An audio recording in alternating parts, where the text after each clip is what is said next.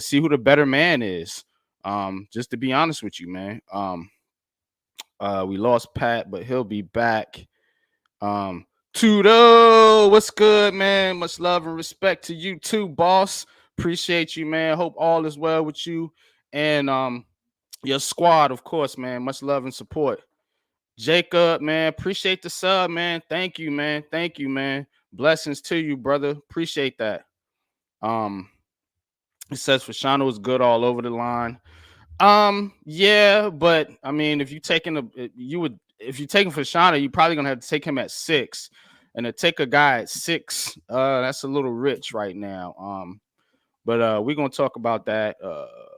What are your feelings? JJ versus trade with Minnie, and get to first.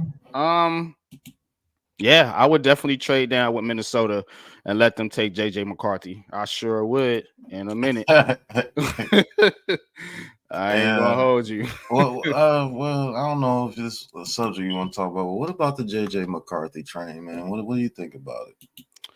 Um, we could talk about JJ McCarthy. And there is reports that the Giants do love JJ McCarthy. And of course, as the chat, my fellow chat members put in the chat there, Jacob, what the trade? So if you're gonna get JJ McCarthy, you're gonna have to trade up for him. I'm not trading up for JJ McCarthy or any quarterback in this draft. That has been my stance on it. I'm not changing my stance on that. The Giants have way too many holes to be giving up extra picks to go get this quarterback to try to come save this franchise, because that's going to be the expectation, especially if you trade up for one. But if he's there at 6 and the Giants are absolutely sold on JJ McCarthy, sure, I'm not going to hate the pick. I'm going to be honest with you. I'm not going to hate the pick. The only pick from a quarterback, to be honest with you, that I would absolutely hate is Drake May. Man, what? I'm going to be honest with you. I would hate that pick. Tell them why you would hate that pick. Because a lot of people... Well, I want you to explain why you would hate the pick. Here's the reason why. Drake May is a project quarterback. And what you mean by a project quarterback is, or what I mean by a project quarterback is someone that has a skill set but is very, very raw. And to me, when you look at Drake May's tape, it's all over the place. Like he's very, very inconsistent. He had he played two full seasons in UNC, I believe. So in those 2 seasons, Drake May did not win a bowl game for the Tar Heels. Drake May in a lot of big games did not play very well against top competition. Clemson, he looked erratic in that South Carolina game. Didn't play too well and against Appalachian State for some reason. And to me, when I'm looking at a quarterback, I want my quarterback to show up when it matters. That's one of the main things I'm looking at some of these quarterbacks. I want my quarterback to show up when it matters. You know what I'm saying? Because you can't you got a skill set with a quarterback, like as far as arm strength, height, weight, or whatever, but what's in his mind is a different story.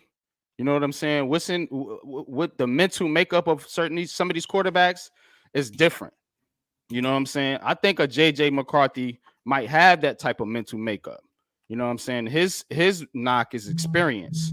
We don't know if if he was put in enough situations, but with Drake May, nah, man. That dude's a project quarterback, man. He's gonna have to sit and really refine his mechanics, footwork. I mean, just coming at it from a tape standpoint. I'm out, man. I'm out on Drake May, man. I've been out on Drake May.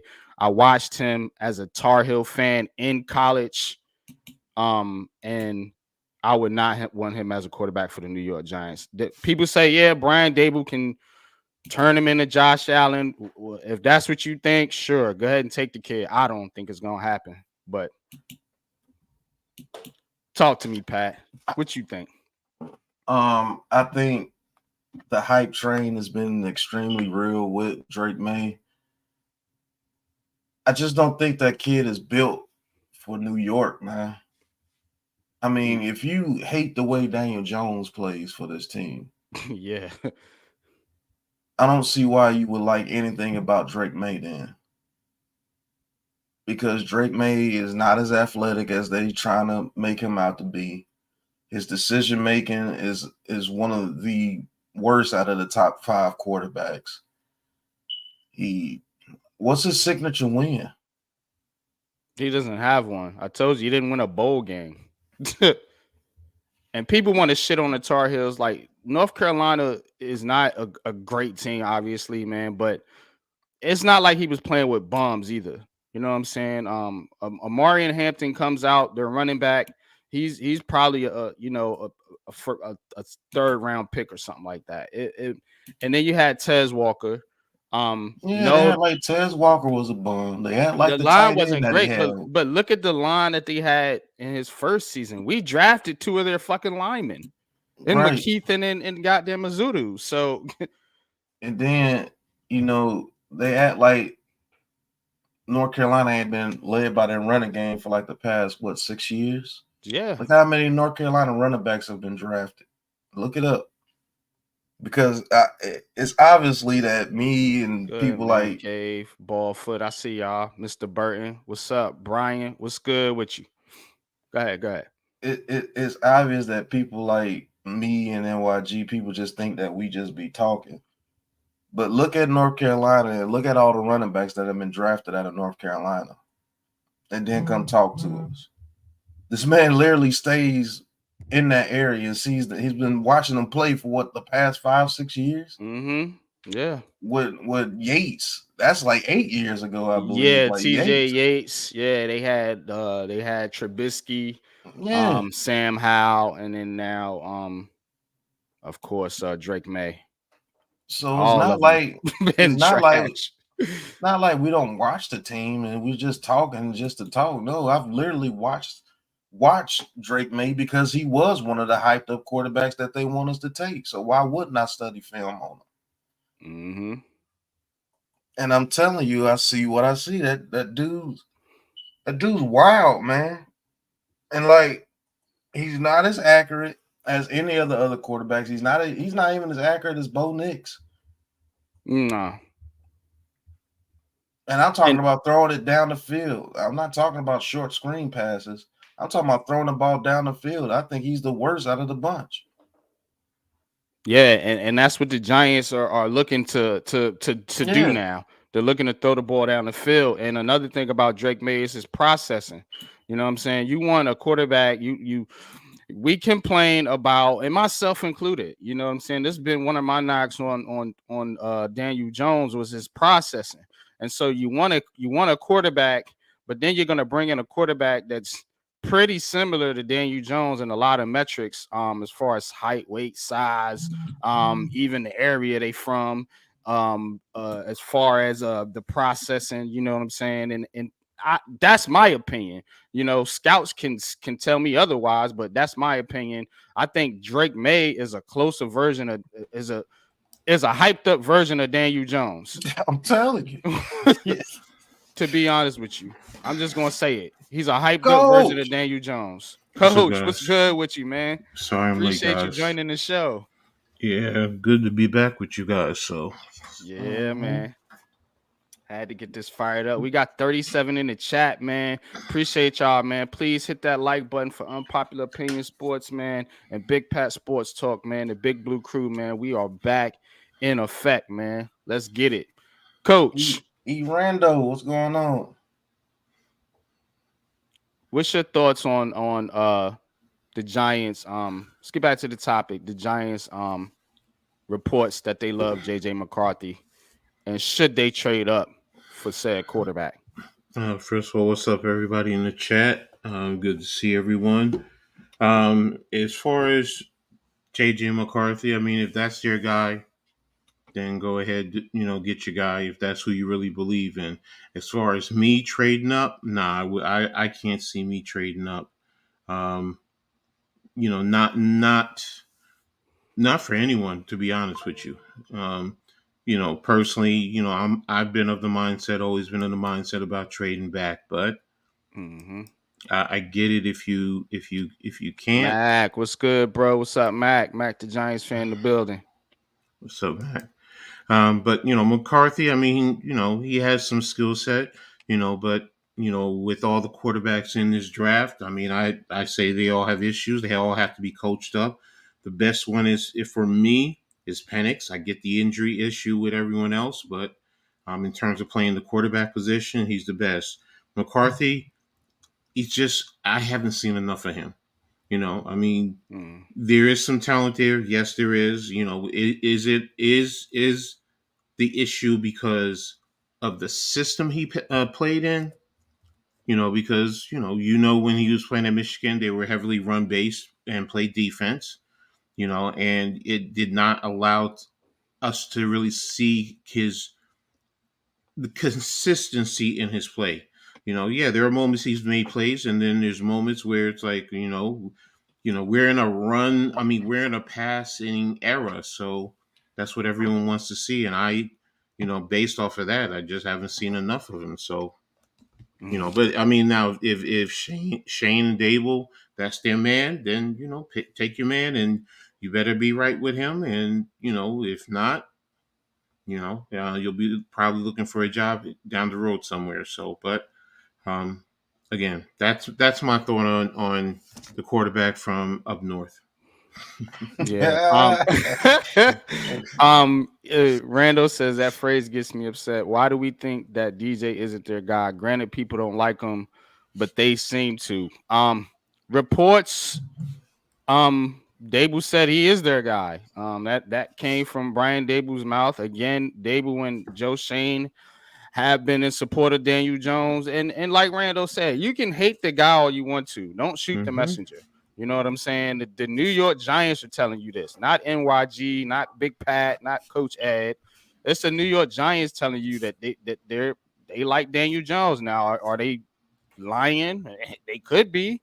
Are they sending smoke so they don't, people don't know their draft plans? Possible. But I'm telling you what they're saying. Daniel Jones is going to be on the roster. Yeah, he has no choice but to be on the roster. That's for sure. You got that money tied up with him, so Yeah, I mean, whether they bench him in order to avoid the injury clause, which I can see them doing it, but they're gonna have to do it in a way to where they won't get penalized for doing that. Because if Daniel Jones comes out and say, "Hey, you're doing this to me unfairly," that's gonna open up a whole can of worms. You see what I'm saying?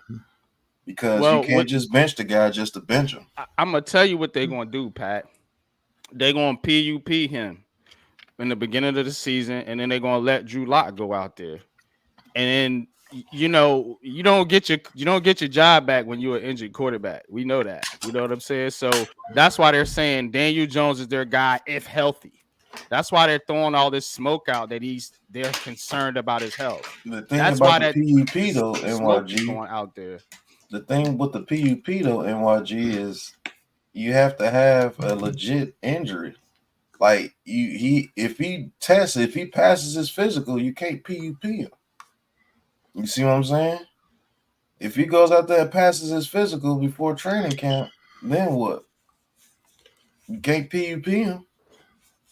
You can't Yeah, just throw but somebody on injury reserve if they're not injured. right, and I understand that, but the thing about it is a lot of NFL teams will nurse an injury. You know what I'm saying? They will baby the injury along just for that.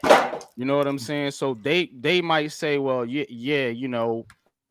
he's technically, I guess, healthy, like he'll be out there in practice or whatever, but they have a right to say, like, hey, look, we don't feel that you're ready right now. And if he's not ready throughout the whole training camp or throughout towards the end of the going into the regular season, they're gonna start Drew Lock. But the thing is, Daniel Jones is a human being. He knows himself, and if it shows that his medicals are pretty good, all Daniel Jones has to do is say anything, and there's the can of worms. But is Look, Daniel Jones going to say that? If my career is on the line, yeah. Why wouldn't he say anything if his career is on the line? You know I'm going to get cut after this year. And then if I have the moniker of me being a broken down ACL quarterback, how I'm going to make some more money? So if I'm healthy, yeah, I'm going to say something because my career is on the line. Yeah, I always feel like NFL teams find a way to kind of nurse these injuries and baby these injuries and kind of force the player to come back a little bit slower than they want to. You know what I'm saying? So, but Yeah, we'll see. I We'll understand see. that, but this situation is different because this is make or break again for Daniel Jones. His back's against the wall again. Make or break. You you have in this situation, um, it's remember it's collectively bargained. So what does the CBA say? As far as players now, to your point, NYG teams do have a right to go slow and bring a player back. A player may say, "I'm ready, I'm fine," but the bottom line is, what did the doctor say? And Right. that's where Shane and Dave will always cop out, because if the doctors say, you know what, let's take it slow with him, Daniel Jones has no choice. He may say, I feel fine, I'm ready to go, but if the doctors say, now can he go to the union and say, I need a second opinion, and the Yep. union pay for a doctor to get a second opinion? Yes, he has that right. But in the beginning, the team does have the control. So they have the right to say, we're investing XYZ amount of money. Shane and Dable have just said he's the quarterback. They're doing the right thing to him. They're showing support to him. Fans may not like it, but that's what they're doing. So Daniel Jones can't go to the union and say, well, they're holding me back. No, no. First of all, you have a serious injury. It takes time. Not only the knee, but you also have your spinal issue. Yeah. We have to look out for you. Forget football. We have to look out for you for your quality of life after football. And apparently that's the injury, not to cut you off, coach, but apparently that's the injury that they're worried about is the neck. From reports or rumors or whatever you want to call it, they're more concerned about those neck injuries than the ACL. Mm-hmm. So that's really what it boils down to with Daniel Jones. So both you guys, you have valid points. You're right with what you're saying, but when you put it together, the team does own his rights in that regard because of the money they invested in him, and as a player, and Pat, this, NYG, as coming from the basketball spectrum, players want to go out there. That's all they want to do. They just want to play. Yeah, sometimes you have to save them from Say themselves. exactly. Yeah. So and look, I mean, and we may be in a situation like that, coach. They may have to save Daniel Jones from himself. Exactly. Because who knows how bad those neck injuries is. I know it's serious because he had to come out, 3 games after that hit from Miami? And then he didn't look right in the Raiders game when he came back. He looked a little loopy, and then dude backed into his knee, and that was it. But those neck injuries are serious, man. And if you have to protect them from themselves, so be it. But I'm not going to sit here and say that the man is just the worst quarterback to ever play. That's crazy. Like, if you don't like the guy, that's cool, but at least keep it real on his name. Don't trash his name, too. Like, that's ridiculous. Yeah, man. But let's get into this draft, man. Let's talk about this draft. Now, what are we looking at pick 6? We talked about the quarterbacks, but the other option there is the wide receiver. And I think that's how it's gonna go down. They could go corner. They could go O-line. Hell, they could take Brock Bowers, but I feel like honestly, this thing is coming down between either them taking a quarterback or if for whatever reason their quarterback ain't there, them saying, "Hey, look, we just gonna go wide receiver and try to build up the team and run it back." But Hey, Tudo with the 4.99 super chat. salute Tudo, appreciate that, bro. Um, but definitely, man.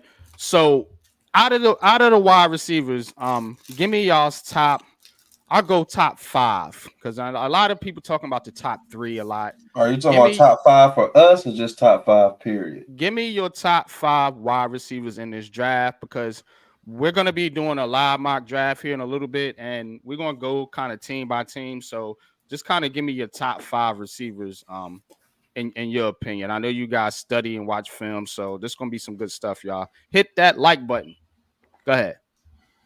Well, first and foremost, the top 5, we all know Marvin Harrison's number 1, even though they trying this crazy stuff about him not going as the number 1 receiver. Go ahead and pass on him, let him fall to the Giants, please. But Marvin Harrison, you know the pedigree, everything about that kid. I just think he's just going to be a star immediately in the league. Malik Neighbors is not too far behind. I had to look at Malik Neighbors a little more closely after Coach told me about him. I knew what he was, but that kid's dynamite too, bro. Like after the catch, he's going to be one of the best after the catch when he catches the ball. He does know how to settle down in zones just as good as Marvin Harrison Jr. does. So I got him 1A, 1B, man. But I still wouldn't take Malik Neighbors over Marvin Harrison, but some will. Number 3 has got to be Rome Odunze. He gives you everything too. Now the thing with Rome Odunze is he may start off slower than what Malik Neighbors and Marvin Harrison Jr. do, and I think people are gonna start. Let's say if he came to New York in his first season, he only has like 60 catches for 700 yards, like a Slayton season. Mhm. That will probably be his floor. You know how Giants fans are; they're gonna start saying, "Oh, he's a bust" and all this crazy stuff. I Yeah. think Romo Dunze starts off slow, but once he gets into it, his groove, he's gonna be one of the top receivers too. Now, my number 4 receiver is Adonai Mitchell, AD Mitchell from Texas. Mm, I think that okay. kid's the number 1 receiver too, and he has better route runner than Odunze. I just give Mm, Odunze the edge because of production. Odunze has shown that he can do the production that AD Mitchell hasn't shown at Texas and Georgia. And I will say due to some quarterback play, but I think if you give that kid a chance, he's going to turn into a number 1 receiver. And then after that, to be honest, it's between Brian Thomas, um, Rome Wilson from Michigan, and Xavier Legette from South Carolina. I think you can't go wrong with either one of them, depending on what you're trying to do for your team. I think Xavier Legette could turn into a monster too. yeah. If you just let him learn the nuances of the game. But yeah, I truly believe that's my top 5 with a couple of no spoilers in there. But I don't know Mhm. what you guys think. I like it, man. I like the top five. I ain't got no pushback. Coach, what's your thoughts, man? Give me your top five, and then we can kind of compare and contrast. Top four, I'm pretty much with Pat on. When you get down to that fifth one, I'm with Lad McConkey, Leggett, Mm, and Troy Franklin. Those are the ones that I have been debating myself with. You know, it's just something about Lad McConkey that I really, really, really love. You know, and I know most people say, "Oh, he's a slot receiver." You know, No, I think he could play outside too. exactly. You know, they sleep on the fact that he can play on the outside, and he does his route running is phenomenal. He has deceptive speed. You know, and he has short hands. I mean, you know, I mean, if you really go and look at the film and watch him, I mean, he really has, you know, probably the best hands in my opinion out of this whole draft. I mean, I know some people say Marvin Harrison, but I'm telling you, just I don't know why some people sleep on Lad McConkey, but Troy Franklin, and Leggett, kind of the same type of receivers, and you can put them as basically classify them as X receivers. Can you probably move Franklin inside? I mean, move him to the Z and move him and play him as a move receiver. Yeah, you can. Yeah, Frank is more of like a speed guy, isn't he? Yeah, Yeah, but the thing with Troy Franklin is what's his nuance as a receiver besides his speed? What else does he do? You see what I'm saying? Like, I don't think he's gonna be a route runner like a Jefferson or somebody like that. And people see speed all the time in the NFL. I mean, look at Hyatt last year. All he really was doing was speed, and he couldn't get going the way that he wanted to get going. And Yeah. Troy Franklin is even thinner than he is. Troy Franklin is thin, and then if he adds some route running, I don't know, that kid could be dynamite. mm-hmm. So Is that I'm not trashing him, mm-mm. but But I see, think he's a third round pick. the thing about him though is he a product of the Oregon system? Good, TJ. What's good, Coach TJ? What's up, everyone? Red. I mean, is he a product of the system? Yeah, Keon Coleman is another one. But we said top 5. That's why. I mean, he's there, but Why is Coleman dropping? Because I kind of felt like he was a first rounder, like top 15. He was a first rounder after that catch that he made over the middle of the Mm-hmm. field with the one hand, and everybody went crazy. But if you look at Florida State, you look at his film and you tell me what about him is the guy. I think he would be a great possession receiver in this league until he learns the nuances of getting route running and getting off the line of scrimmage. But to me, when you look at his film, he's a great possession receiver if you use him in that way. But if you draft him to be the guy, you might mess him up. I'm just going to be honest with you. I think he would fit well with us because of the speed we have on the field. And if you can let him monitor the middle of the field and catch those 50-50 balls at back shoulders, he could be Hodgins on crack. That's what I think he could be. The way Hodgins plays, because Hodgins is legit in the red zone. Like, that's the dude I want them to throw it to in the red zone. He finds a way to get open and get touchdowns. Coleman can do that all day. I think he can be an 80 catch guy, maybe just over 1,000 yards, or you can get him as a 64 catch guy, just over 1,000 yards, because he can beat you deep with that speed.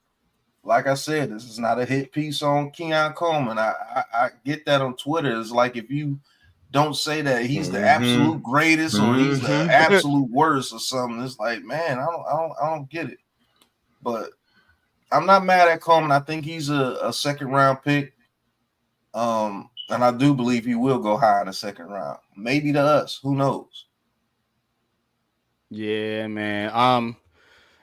I'm with y'all on like the top 5. My guy, my kind of sleeper, not really a sleeper, but it's Leggett, man. It's Xavier Leggett, man. Especially if they go QB round 1. I seen something on Twitter. He's got the exact same height and weight as AJ Brown. Like, he could be our AJ Brown, our DK Metcalf type of receiver right there. You know what I'm saying? Because I feel like the Giants got a good group. You just need an alpha. You don't really need like you can have a 1-1A. Like, Slayton or Hyatt could be your 1-1A. You know what I mean? Or maybe it's Wan'Dale Robinson just eating up the middle. Pause. But you need that alpha, that somebody that's going to put fear and this dude just physically just looks the part. Like, Leggett is he definitely. Hey, he's a dude, man. Let me tell you about. Look, let's say if we do get Leggett, probably in a second. Let's say we're able to get him at 47, and we did draft a quarterback at 6. I think if we draft a quarterback at 6, it's going to be Drake May because I think he's going to fall. But Mm. Let's say we get Leggett. Add Leggett with Slayton, Hyatt, Wandale Robinson. If you could get Leggett to work the middle of the field, like I said, the way they worked Hodgins, I'm telling you, that dude is he's gonna ball out because he's a guy that they haven't seen on the Giants, and I don't know Mm-hmm. a long time. And the guy that Gotta could be catch the since ball, Knicks. yeah, the guy that could exactly just like Knicks. I think he's just faster than Knicks. Mm-hmm. And if he could catch the ball and turn those 5-yard slant routes into 15, 20-yard plays, you throw him a quick screen because now you can add the quick screen game with his talent because all you got to do is get the ball in his hands. His rookie year, just get the ball in his hands. Mm-hmm. Let him feel the speed of the game, get the ball in his hands, let him break some tackles, let him build that confidence, and then he'll have one whole offseason to work on that route running. And if he gets that down, that dude's going to be better than A.J. Brown. I'm telling you, that dude's a monster, bro. Did y'all hear him talk? Yeah, he's that dude sounds just like Randy Moss, bro. Yeah, he country. That dude country is I don't know what, man. He would be a hit in New York. Yeah, Imagine that man. country dude making plays and he started talking, boy, people gonna be laughing their ass off. And he would get all type of endorsements and everything just because he country as hell. Mm-hmm. But there's a lot of receivers in this draft. So that's why I'm not going to be like boo-hoo if they draft a quarterback in the first round. You have to, if they want their guy, you have to let them get their guy. Much as I like Daniel Jones, I'm not a moron. I know the neck injuries is a serious thing. And if they have to bench him to avoid that $25 million, do that to keep $25 million in your pocket. So you can get rid of him the next year. I think they serious about that 25, man. I know they serious about that 25. Joe Shane serious about that money, bro. Like he's giving contracts of straight robbing people. Dexter Lawrence is making what $7 million less than the dude that signed with the Raiders. Yeah, Wilkins. Yeah. But everybody was telling me, Dexter Lawrence didn't take no discount or anything. Dexter Lawrence took no fool. That man could have asked for a whole lot more money than what he took from Joe Shane, but somehow, some way, they talked him into it. Mm-hmm. So we gonna see, man. I'm just excited about Brendan Rice. I'm glad you put. Shout out to On My Square. Appreciate you in the chat, man. What's your thoughts on Brendan Rice? I hear he's, of course, if you guys don't know, the son of Hall of Famer Jerry Rice. So what's your thoughts on Brendan Rice and where y'all think he ends up? Like what round? What? I think Brendan Rice goes around the 3rd or 4th round.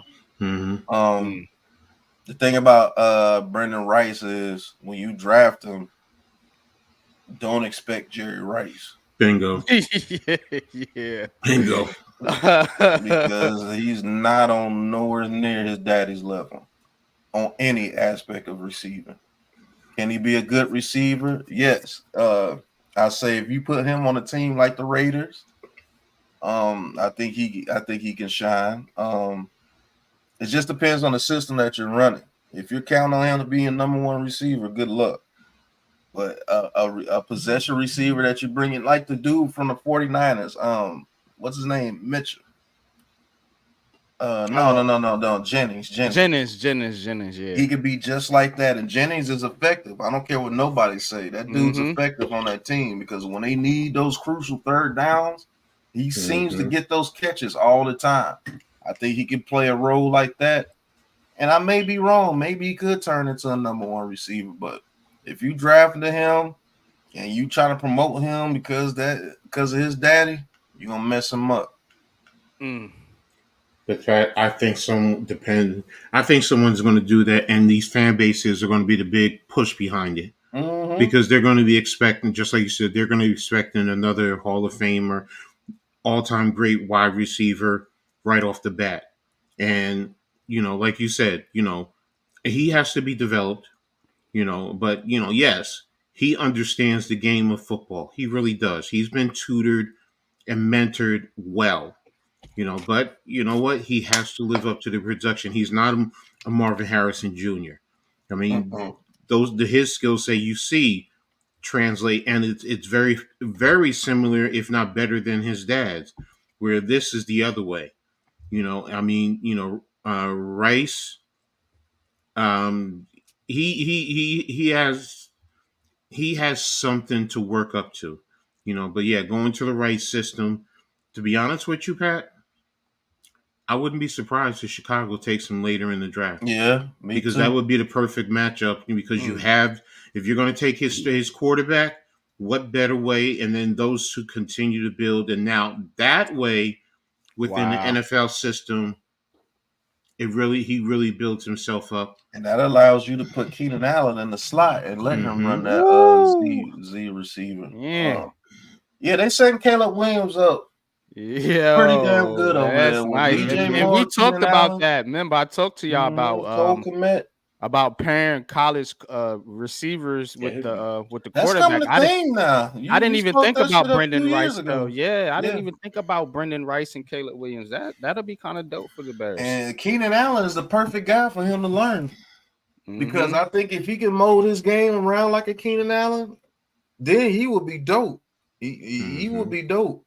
And him being that third receiver, let Keenan Allen go to the slide and DJ Moore do his thing after. Yeah, Caleb Williams gonna have some weapons, man. Says what DL says, the tight end too over there. So Yeah, yeah, Cole Kmet, nice. and then you also have And then they got Swift. Swift, and you also have a defense. Yeah. You have got a defense, so and they have been working on their offensive line just like we have. So and yeah, but see now, I'm glad you went there with that, Pat, because we've been talking about building a team before you get your quarterback for the most part. facts. Yeah. And this is what Chicago has done. That's what some people don't see. Now, if you go get your quarterback, yeah, you're right. Now you do it. You're in the right position. Chicago's perfect, but they built a team around that. If that quarterback goes in there, even as a rookie, just let your guys do the job. Get them the ball. You work on yourself as you grow and expand your game. But in the beginning, just let the guys do the work for you. Guess what, Coach? Guess what they're gonna say if Caleb Williams has a good season next year? It was all Caleb Williams. They didn't have no foundation before he got there. Exactly. That's exactly what they're gonna say and look Now- like a bunch of dummies to people that really know the game. Now, let me ask y'all something. Let me just ask y'all, with what the Giants have done, just be honest. You chat, y'all could chime in. Appreciate y'all. We got almost 100 in the chat, man. Y'all lighting it up today, man. Let's go.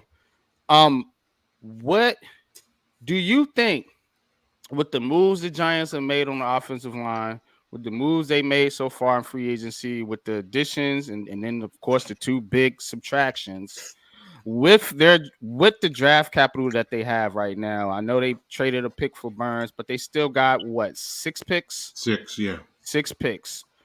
Do you think the Giants roster-wise can support a young quarterback? Okay, I'm gonna answer this and take a quick smoke break. The addition of Illuminador, I believe that's how you pronounce his name, Illuminador. Yeah, I call him Light Skin Jermaine. That's his name. Yeah, Light Skin Jermaine. Yeah, that's good. Light Skin Jermaine. John Runyon. I will say this, and I said it in my video. This shit gonna be up to Evan Neal, bro. Talk about because if Evan Neal blocks at right tackle the way that he's supposed to block, I have confidence in Runyon and Light Skin Jermaine.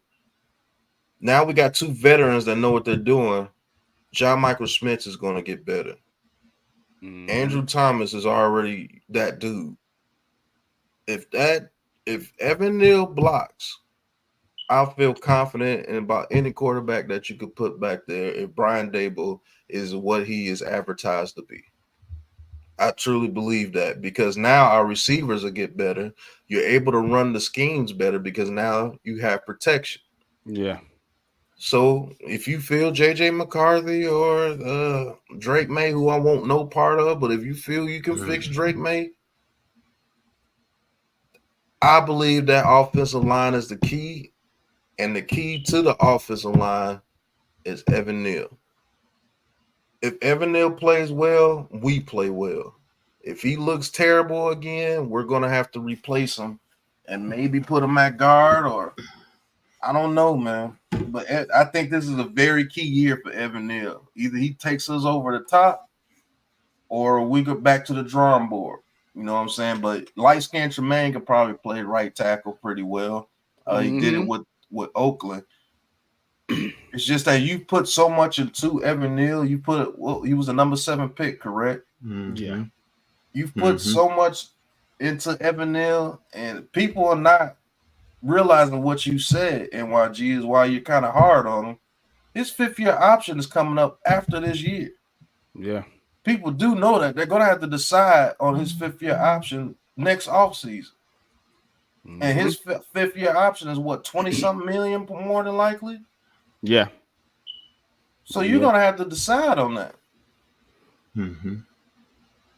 And has his play told you that you might not even want to give him a vet minimum option the way his play is there? So, the pressure's on him this year more than it was last year. Last year, I was like, it's going to be because of him. Now, for real. Because if those other guys are blocking and they see that you're the one that's causing somebody to get clothesline, they're going to put light-skinned Jermaine at right tackle, put Runyon at right guard, and one of those, that guy from the Buccaneers will be playing left guard. Believe me that. I promise you. Or something like that. Yeah. And then they got the other guys, the swing tackle. So I'd rather pay him vet minimum for swing tackle to pay you 20-something million for swing tackle. So, and that's why he needs to go to guard, man. That is why I want this man at guard, man. But Coach, what's your thoughts? Yeah, I understand what Pat is saying, and it makes a lot of sense. You know what I've always said. I haven't seen enough of him. The kid has only played really 20, a little bit over 20 games. Yeah, a lot of it is injury. I get it. You know, the best ability is availability. So that's where it always starts. But in the same token, we've said, well, is it Bobby Johnson? Has he been coached up right? The kid has talent. He has talent. I mean, I see it. I mean, I'm sorry. My eyes don't lie to me. I've gone back and I've looked. Yes, there are issues with his get off. You know, Pat has talked about it. Stotts has talked about it. You know, what they're teaching. So is that the issue?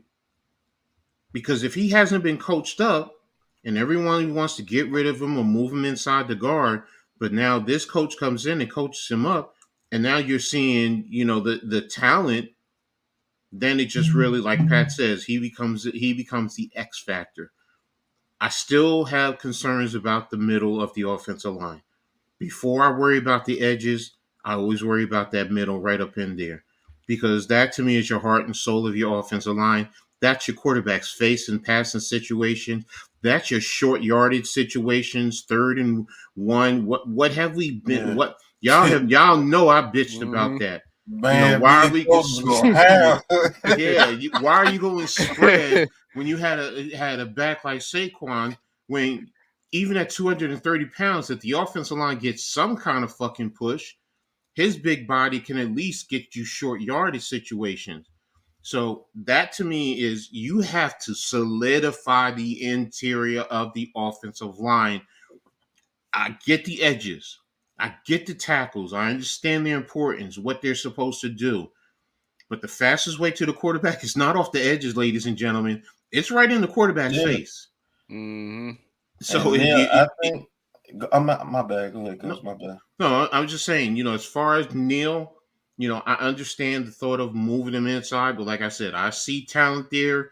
It's just his get off. I've said it before. Maybe he needs to lose a little bit more weight, you know, because now, you know, some teams are getting down to tackles, even at right tackles, at around 315, 320. He can handle that. He's athletic. He has some long arms. I just see issues with his get off and some of the teachings that, you know, Bobby Johnson was teaching. You know, so is this new O-line coach going to help that?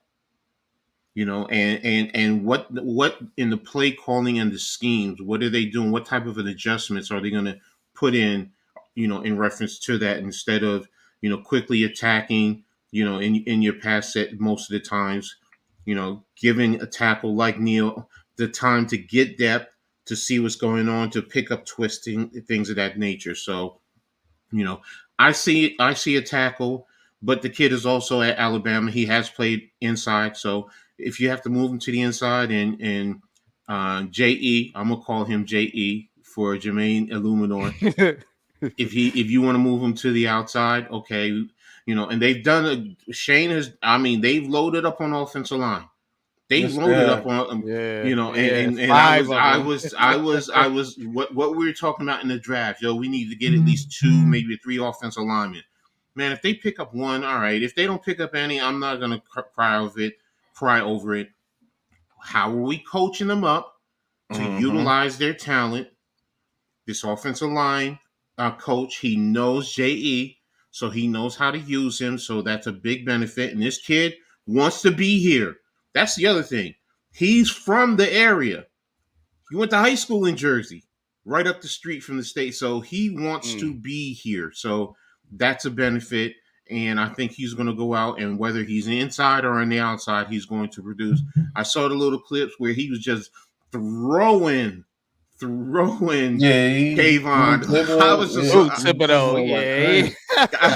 I saw that. I was like, okay, wait a minute. I missed that because I didn't see That's what I'm that. saying, man. But Yeah, I didn't see that in that Raiders game either. But that's the type of attitude, as a coach, as an offensive line coach, as an offensive coach, you're like, you're rubbing your hands. You're like, oh yes, that's the type of attitude we need. And whether you put him inside or outside, I think he'll be fine. Whatchamacallit, damn, what's the other one from the Packers we just signed? Damn, what was John Runyon. Runyon. Yeah, Runyon. Yeah, I think his dad, Strahan. exactly. So Used to I his mean, pops. he's going to Runyon from the area too. You know that, right? He's yes, from the Jersey area too. yeah, South Jersey area. His dad, I think his dad is also is he some type of he's in politics. I just remember some type of elected official Yeah. or something like that. So he's in South Jersey, so he knows it. So, and that's the thing. These guys are, first and foremost, they can handle the New York media.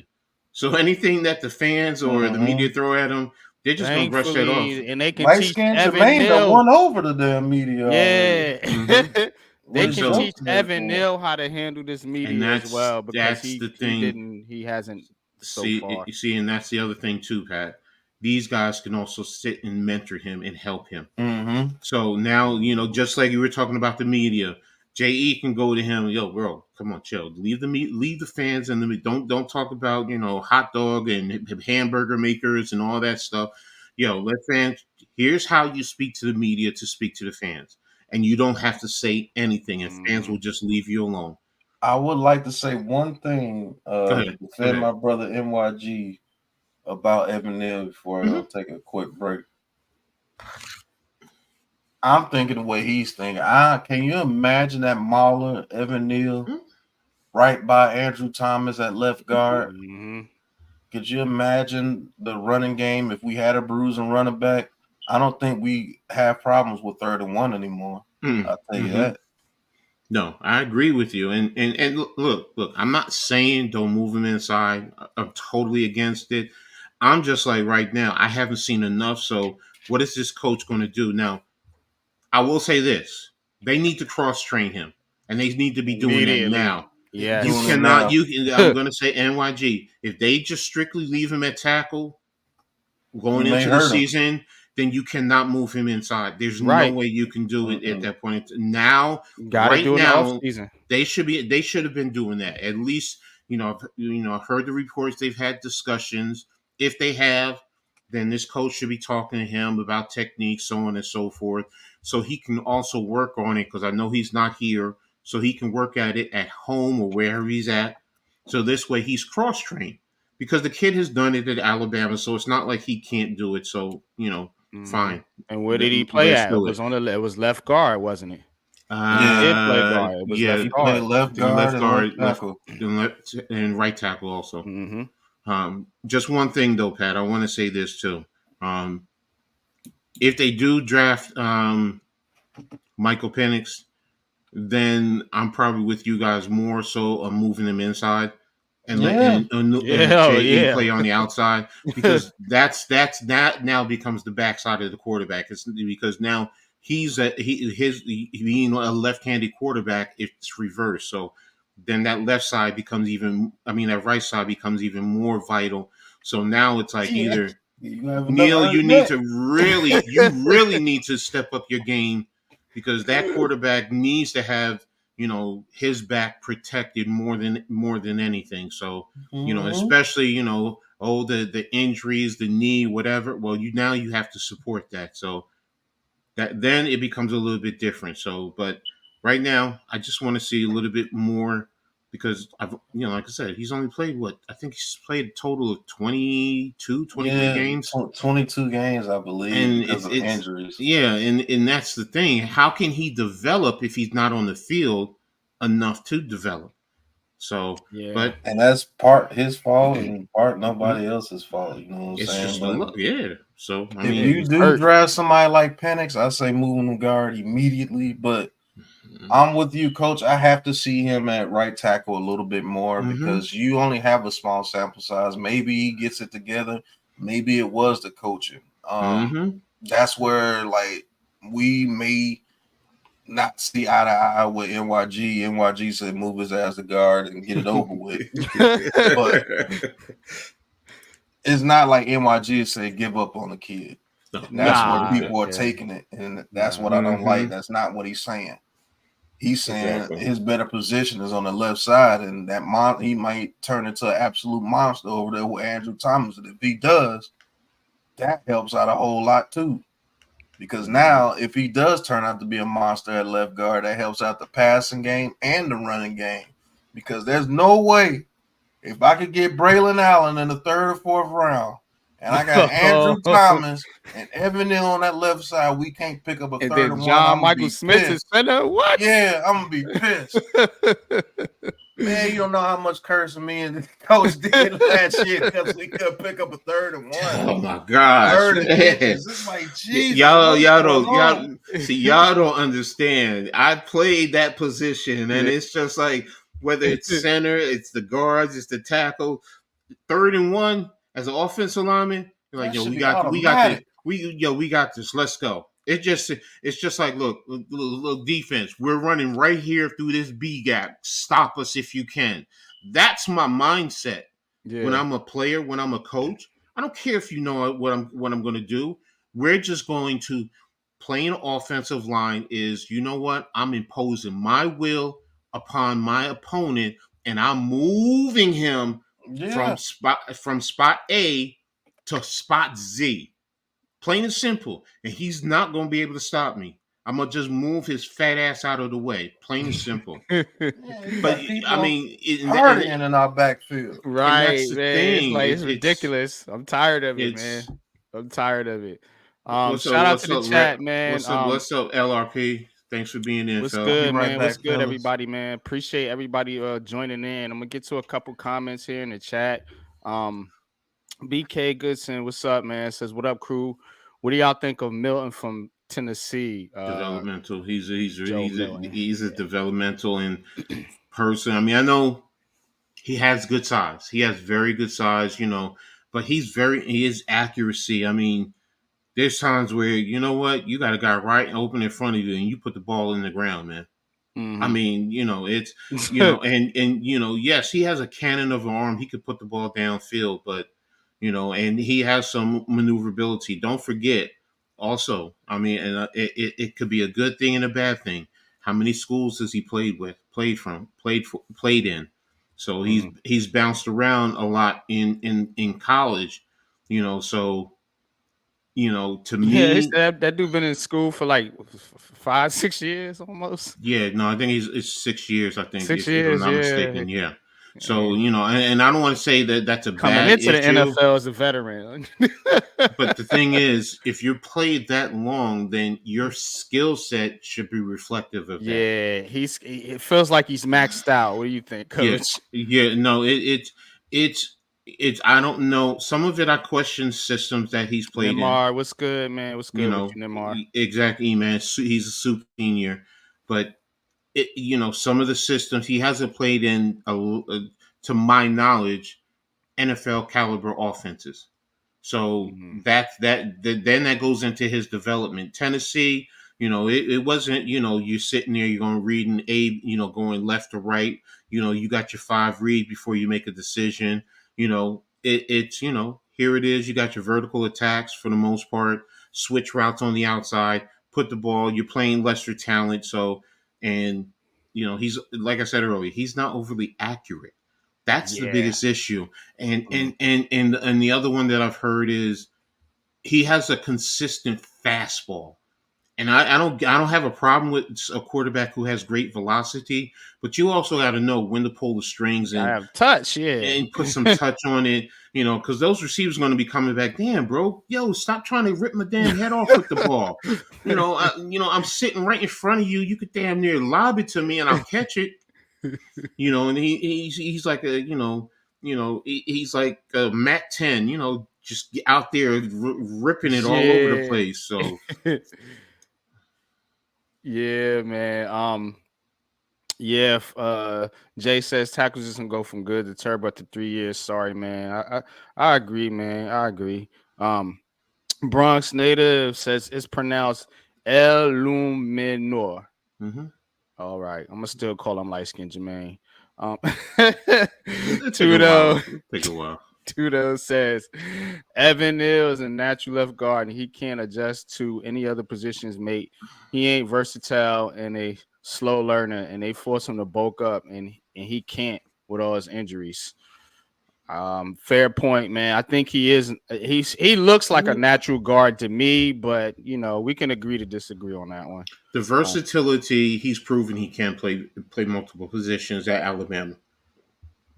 That's why it's like, I Yeah. get it. I understand because he hasn't produced at a right tackle, and don't forget he also produced at left tackle more than anything in Alabama, and he's not going to get that spot here. Yeah, right. People forget about that. That's why I say put him on the left guard. And if Mhm. something does happen to Andrew Thomas, you can slide him over to left tackle. Because Mhm. look, right now, as it stands, who's your backup left tackle? It's going to be I guess that guy from the Lions. Yeah. Because Illumino plays on the right only at tackle. He's played guard at left, I think, but he's only strictly a right tackle. Yeah, I think he's only as a tackle. I think he's only a right tackle. I Right don't tackle. recall him Right. playing or haven't heard. I think he has played left guard though, so I think you're right in that. Yeah. Miz, what's good? The link is in the Big Blue Crew chat, Miz. You can more than welcome to join the show if you want to. Matt says bringing the QB needs development in subpar roster. Exactly. I'm gonna skim through some of these comments. No shame, yeah. NFL reality check says bottom O line and no What's up, team around AK? him made the playoffs last 10 years. It's CJ Stroud just this past year. Yeah, man. Yeah. We can't expect every quarterback to be CJ Stroud either, man. People have to realize that's the outlier, not the norm. George Pickens is a viable wide receiver one. Well, we'll see. Miz says not giving up on Neil. No, we're not. We're not gonna give up on him, man. We just want to move him in the guard so our line is more effective. Because that's another thing. How many games is he gonna get? How many games do you give him? You see what I mean? How long is it? You're gonna give him the whole season, regardless of how he plays? I mean, it depends on if you cross train him. If you do not cross train him, then it's do you give him 8 games in the regular season? How is the season going? Because don't forget, it's not just focus on him. For you have to see how the season is going also. And can you are you able to do certain things with him? And are you stripping back your playbook? Because that's the other thing. Because these plays you can't run because of him, the personnel. I mean, it's a lot. But as far as him right now, if I'm not cross training him, right now I'm saying he has a year tops. I mean, Mm. tops. On my square says Neil's problem may be the same problem Thomas had. Thomas' problem was guards were trash, so he had to play tackle and guard. Once the guard play got better, so did Thomas. That's That's in the fair. beginning, but then again, once his game skyrocketed, it didn't matter who was at guard with him. Because other than last year, I mean, last year he got hurt, but Yeah. when he Jay was in says you there, can't fix slow feet, man. Like, yes, you can if you lighten the weight. See, and that's the thing. I'm telling you from experience. I'm telling you from a man who's been from over 400 pounds to under 300 pounds. There's a big difference when you lose the weight. Your speed does pick up. I'm not saying he's going to be running a 4.2, 4.3. Hell no, but he it does help in some of his quickness, and he's proven he does have a level of quickness. It's just that what does the weight slow him down? baby, Because I think he's been playing at 360. So if you get him down to like I said 320, that's 40 pounds that you knock off. the entertainer talking drugs says I wouldn't be upset with Bowers at 6. I don't know. I wouldn't like it. That's a little I rich would from me I right wouldn't now. like it. Yeah, I would not like I'd it say at you all. could probably trade back to get him if that's your target. Yeah, I would not like it at all. We took our tight end in the first round. How I like that? It was Evan Ingram. I think it was. Where did Ingram get picked, Coach? It Oh wasn't that high, no, but it I know wasn't it was that up high. there. It No, was up there though. Like I think he was in the teens if I'm not mistaken. yeah. What's it? Um, Hold on, let me research it. yeah, Go shout out to ahead. Jay. That's crypto on Twitter, I believe. Okay, Evan Neal. Bowers 6. I'm not going Bowers at 6. Um, all right. Swap Andrew Thomas and Evan. Nah, I'm not swapping them. That's what I'm not going to do. I'm not going to move Andrew Thomas from left tackle to give Evan Neal a shot at left tackle. I'm not going to do that. I see your idea, Derek. I understand the logic in it. You know what I'm saying? But nah, that's not going to happen. That's not going to happen. We're not going to do that. All right. Yeah, we need a good CB2. Yeah, we're gonna talk about CB2 and safety here. We're gonna get into this mock Evan draft. Neal was selected in the number 23 overall at 2017. Evan Ingram. I mean, Yeah, Evan Ingram, sorry. yeah. Eric Johnson, what's good? Would you trade down with the Vikings for their 11th and Hell yeah. 23rd pick? Yeah, Hell I yeah. do it. I do it because and that gives you flexibility to. If you want to get a quarterback and a wide receiver, you got the flexibility to do that. Now you can take Penix and Adonai Mitchell or Leggett or Franklin or whoever. You know what I mean? You have more picks now. So, and I imagine you wouldn't get just 11 and 23. You would probably get You more can than get that. more. You can get more. Yeah, you can definitely get a little bit more. So the Vikings, are a team I would trade back with. The Raiders, I would trade back with them if I can get a first rounder next year. So but that's how I look at it. Go ahead, man. Says personally, I'm giving Neil first 1/2 regular season Okay. football to prove he can play right tackle.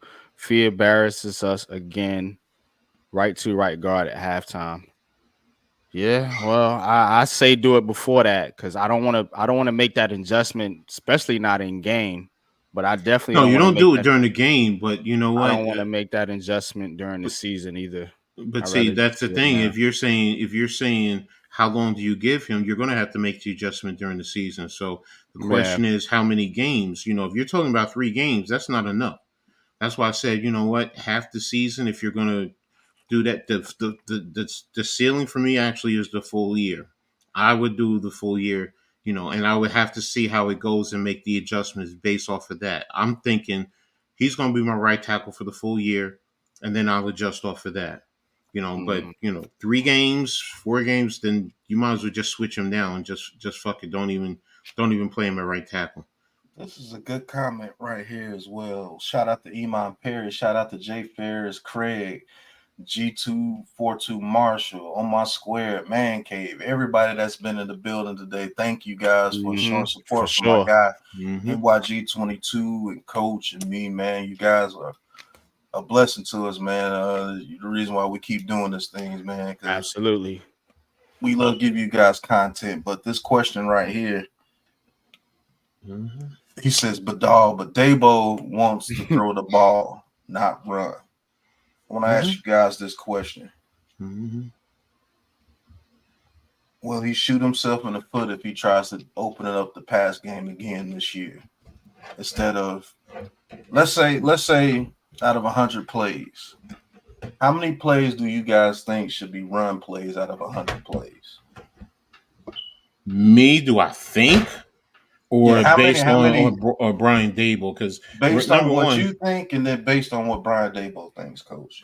Give us two answers. ideally, if it's me and looking at the division we play in, um, and the era that we're playing in right now, I mean, if I would say 55-60% run, then I'd be lying to you.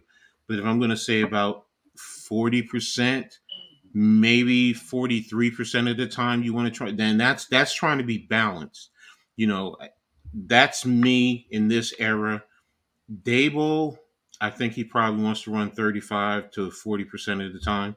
He just wants to run to keep the defenses honest, but and have the threat of the run. So this way he can attack them on the back end with the passing game. So Dable, 35, 40%. Me in this era, 43%.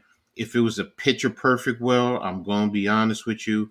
I'm running the ball probably about 55% of the time to set up my play action.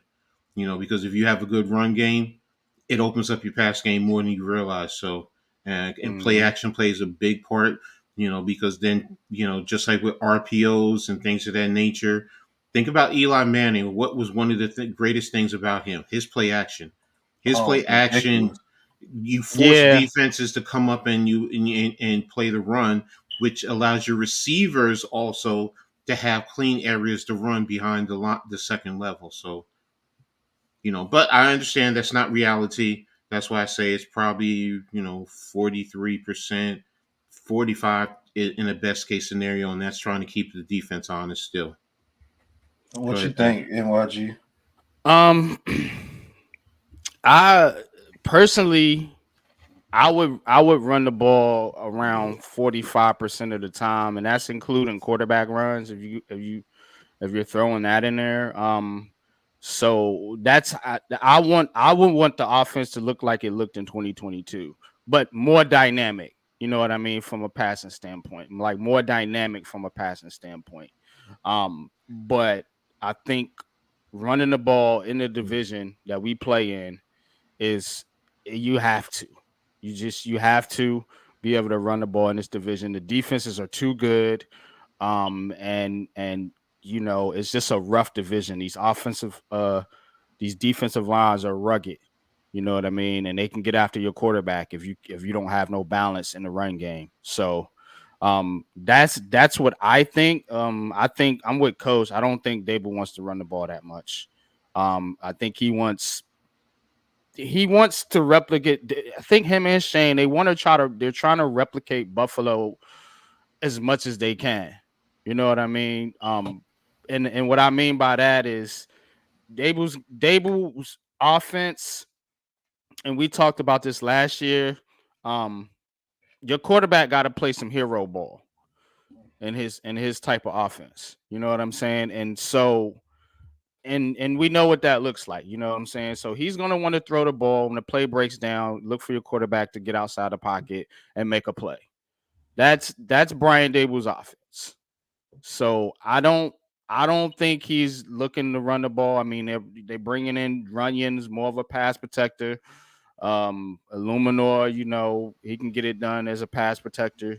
So I'm thinking that's the route they want to go. But NYG 22, I want to run the ball. I want to run the football. That's just All I, right. Coach Dave wants the link. I don't know if you want to give Coach Dave the link, but he wants to come on and say something real quick. If you want him to come on and say something, we're not going to get into a Daniel Jones debate. So I'm about to fire up this mock draft. So if you want to who sounds like a slave? That's what I'm trying to figure out. Join us for that. That's fine. But me personally, I would want it to where we could do 55 run, 45 pass. But yeah, to be honest with you, it's more like somebody said in the comment. I think Dabo wants to be 70 pass, 30 run. Yeah. And you have to go based on your personnel. Singletary is not a bruiser. Eric Gray, I don't believe, is a bruiser. Mm-hmm. No. We don't have a bruising running back. So what's going on, C-Web? What's up, bro? If we get a bruising running back, I might change my mind on what Dabo wants to do, but I think you have to go based on your personnel.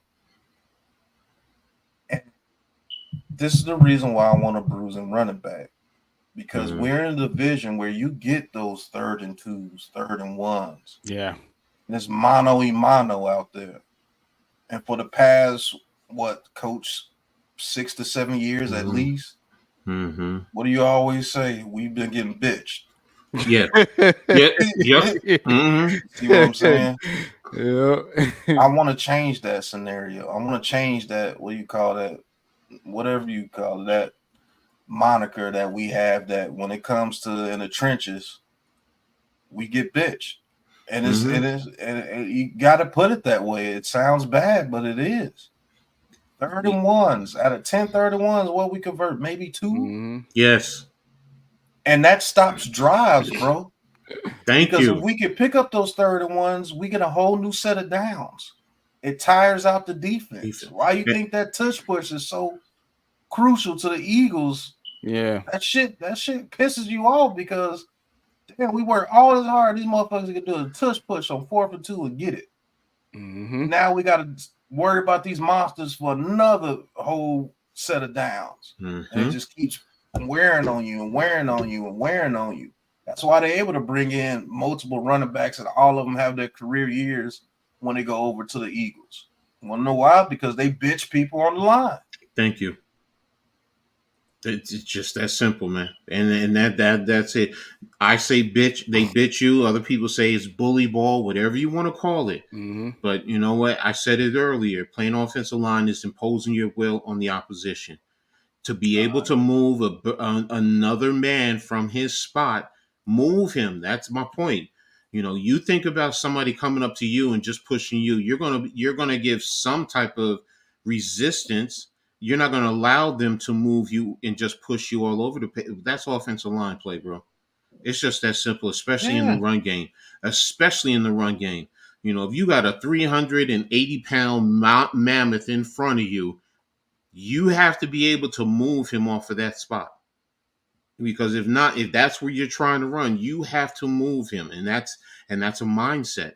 And that's what it boils down to. And I mean, it's just, I don't understand how you can't get 3rd and 1s, 4th and 1s like that, but other teams prove that they can do it consistently. Exactly.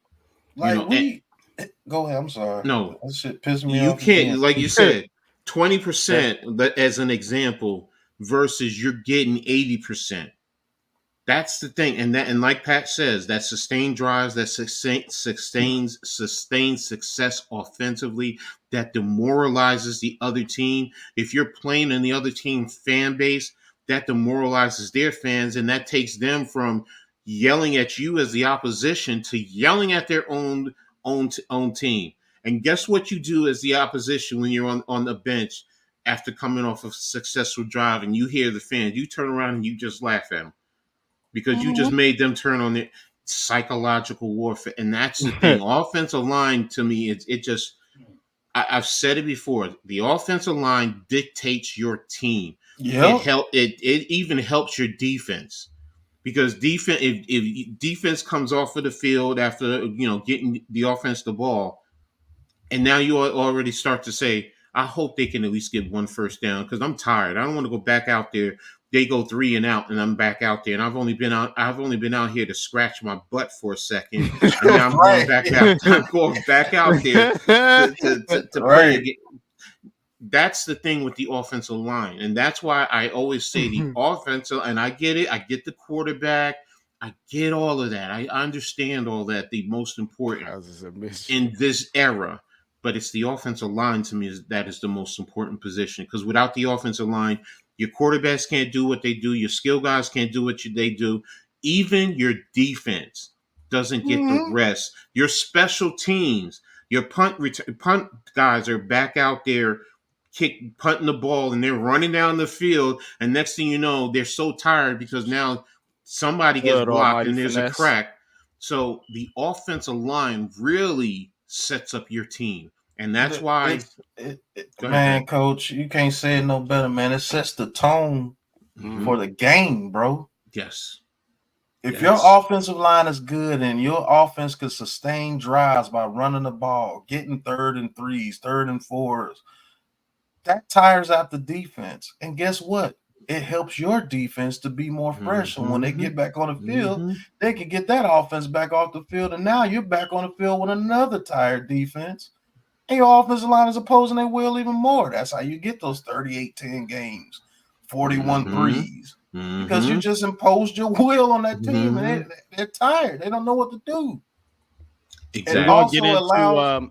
We're gonna get into this mock draft here, y'all. We're gonna and within an hour, we are an hour and a half in right now. I did promise a live mock draft, so I'm gonna drop the link in the chat if people want to come on and join the show. And we're gonna kind of do this. We're gonna go team by team, and we can kind of talk about each team needs. And I want everybody to kind of try to take their Giants bias out of this or whatever, and let's just pick some real picks. The real pick that you would I think know. the team would pick. Yeah, all you're right. So what are you using? What system are you using? I'm gonna use PFN. Okay. Their mock draft simulator. They allow trades, so does PFF. PFF, yeah. I usually use PFN. Okay.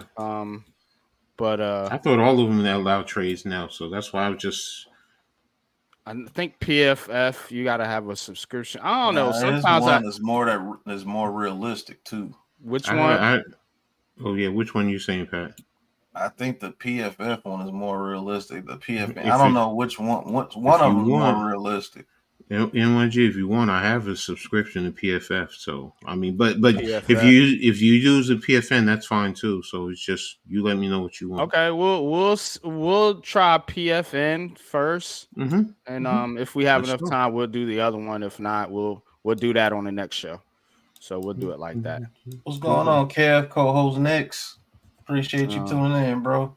So, all right, let me share the screen here. Man, if we could get those 3rd and 1s though, bro, that changes this team, man. Yeah, that changes this team.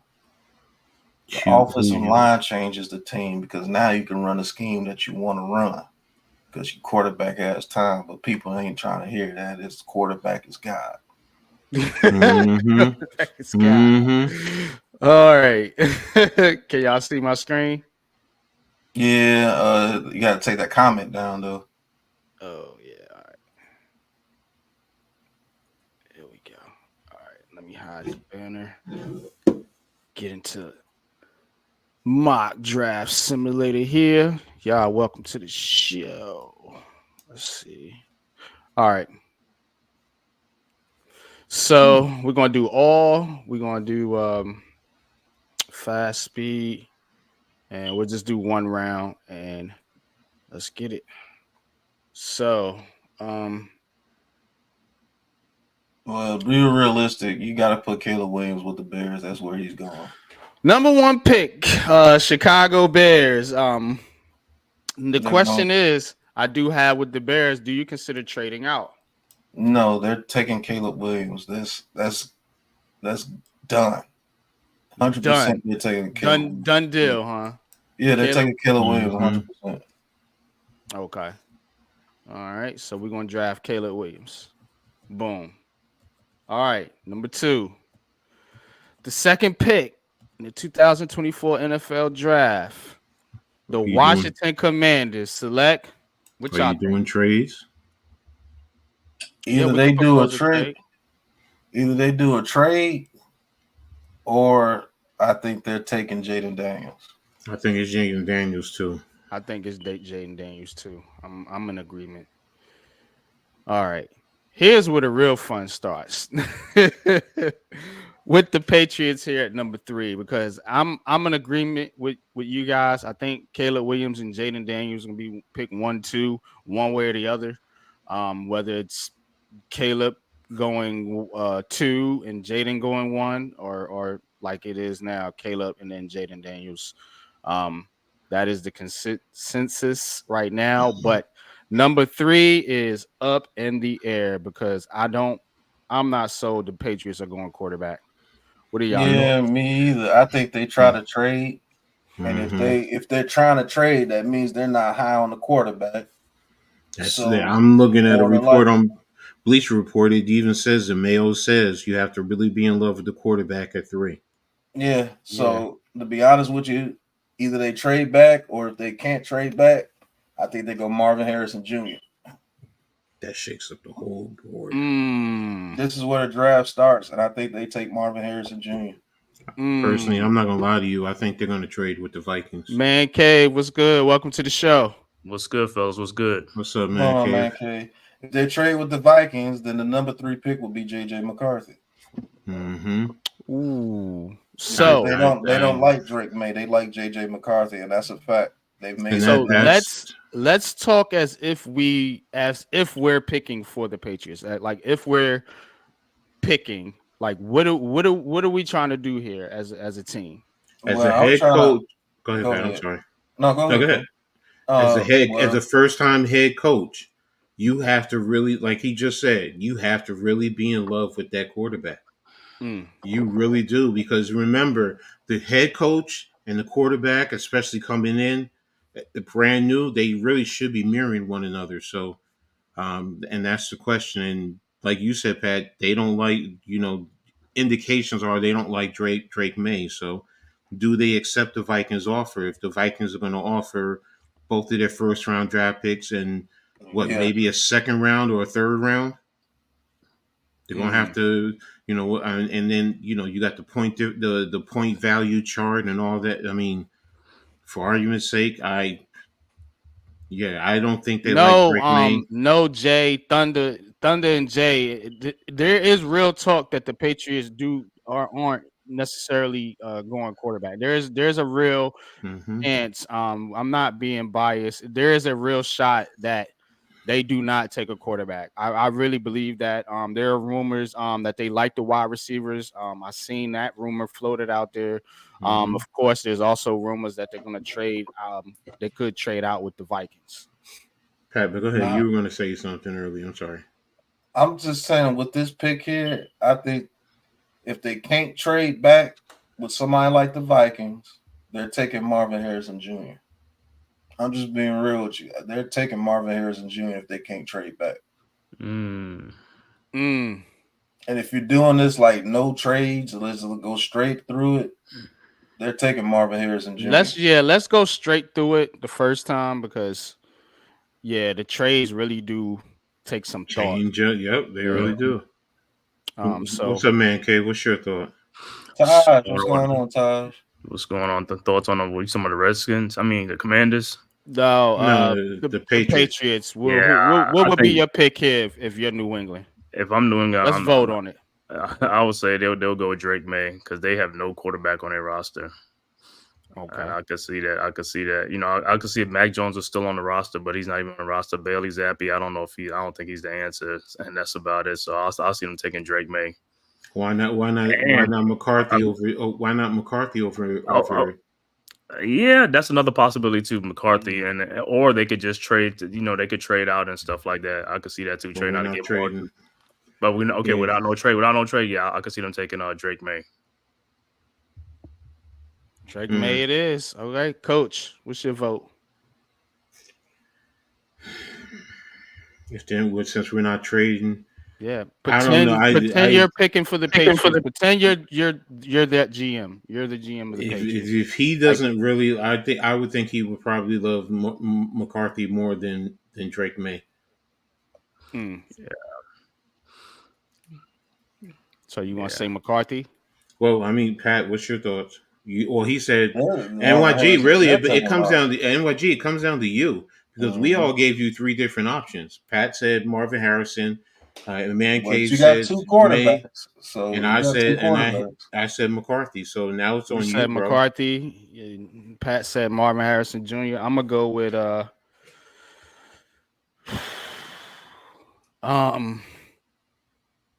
if I'm taking my Giants bias out of it, I'm gonna go JJ McCarthy.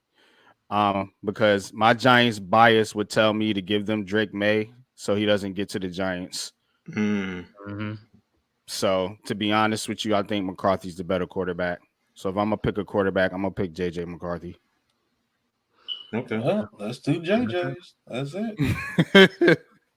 And I think it's just the coaching because if Belichick was there, it would be Drake May. But with Jared Mayo, he really wants Jaden Daniels, but Jaden Daniels is going to be gone. So that's my whole thing. That's why I'm thinking like they're gonna have to take a quarterback, or they could just trade out. I'm just saying, like, as if I'm picking for that team now, what Mhm. I think they're gonna do, I think they're gonna try to trade out. Yeah. That's what I think. And so with this situation here, if you're being realistic, the Vikings ain't trading up with nobody because JJ McCarthy is the guy they want. Yeah. So So the Cardinals they'll at come 4. up to. Cardinals at 4. It's They gotta will be have to go Harrison. Marvin Harrison. They have to go Jr. Marvin Gotta Harrison be. Jr. It's gotta be Marvin Harrison Jr. because at this point, I mean, if you're not trading out, then yeah, they're not taking a quarterback. So now, is there any shot they go tackle? No. Who is They their have who 2 is their tackles. tackle? They have 2 tackles out They there. just picked one last year. Mhm. Oh, okay. All right. Paris Well, something. Harrison Paris. Jr. It is. All right. Now, Hmm. Chargers. Joe Chargers. It's either Joe Alt or Malik Neighbors. Or Malik Neighbors. And you think about the head coach right now. It's Joe Alt. Yeah, he. You know, if you look at Harbaugh, and seriously look at him from his times at University of San Diego. Look at Stanford. Look at what he did with, and look what he did with the 49ers. He wanted his offensive line solidified so he can run. Even if he's going to pass, because he was still able to have an efficient passing attack. You got to fix that offensive line. And you has whatchamacallit over on one side, so you can have Alt on the other side, and that gives you your bookends. Yep, I think they go Joe Alt. Yeah. They invested heavily in that line already, though. They invested heavily. I'm saying, I don't know, man, because you just did they do a tackle or did they do the interior though? Because they brought Jonah Johnson in. That's a guard. The other dude too from last year in the draft. What was his name? They drafted him, but I know they got Rashawn Slater and the kid last year. I don't know if he's from Texas A&M or somewhere. He's one of those guards that they got. No, he was a guard. Yeah, I know you're talking about. Yeah, so and that's what I mean by you need a tackle. Here's their offensive line. You got Rashawn Slater, left tackle, Zion Johnson, left guard. Brendan John center, Jamari Slayer right guard, Trey Pipkins the third right tackle. They're going Joe Alt. You just brought Trey in Jonah Pipkins the third. Who the hell is that?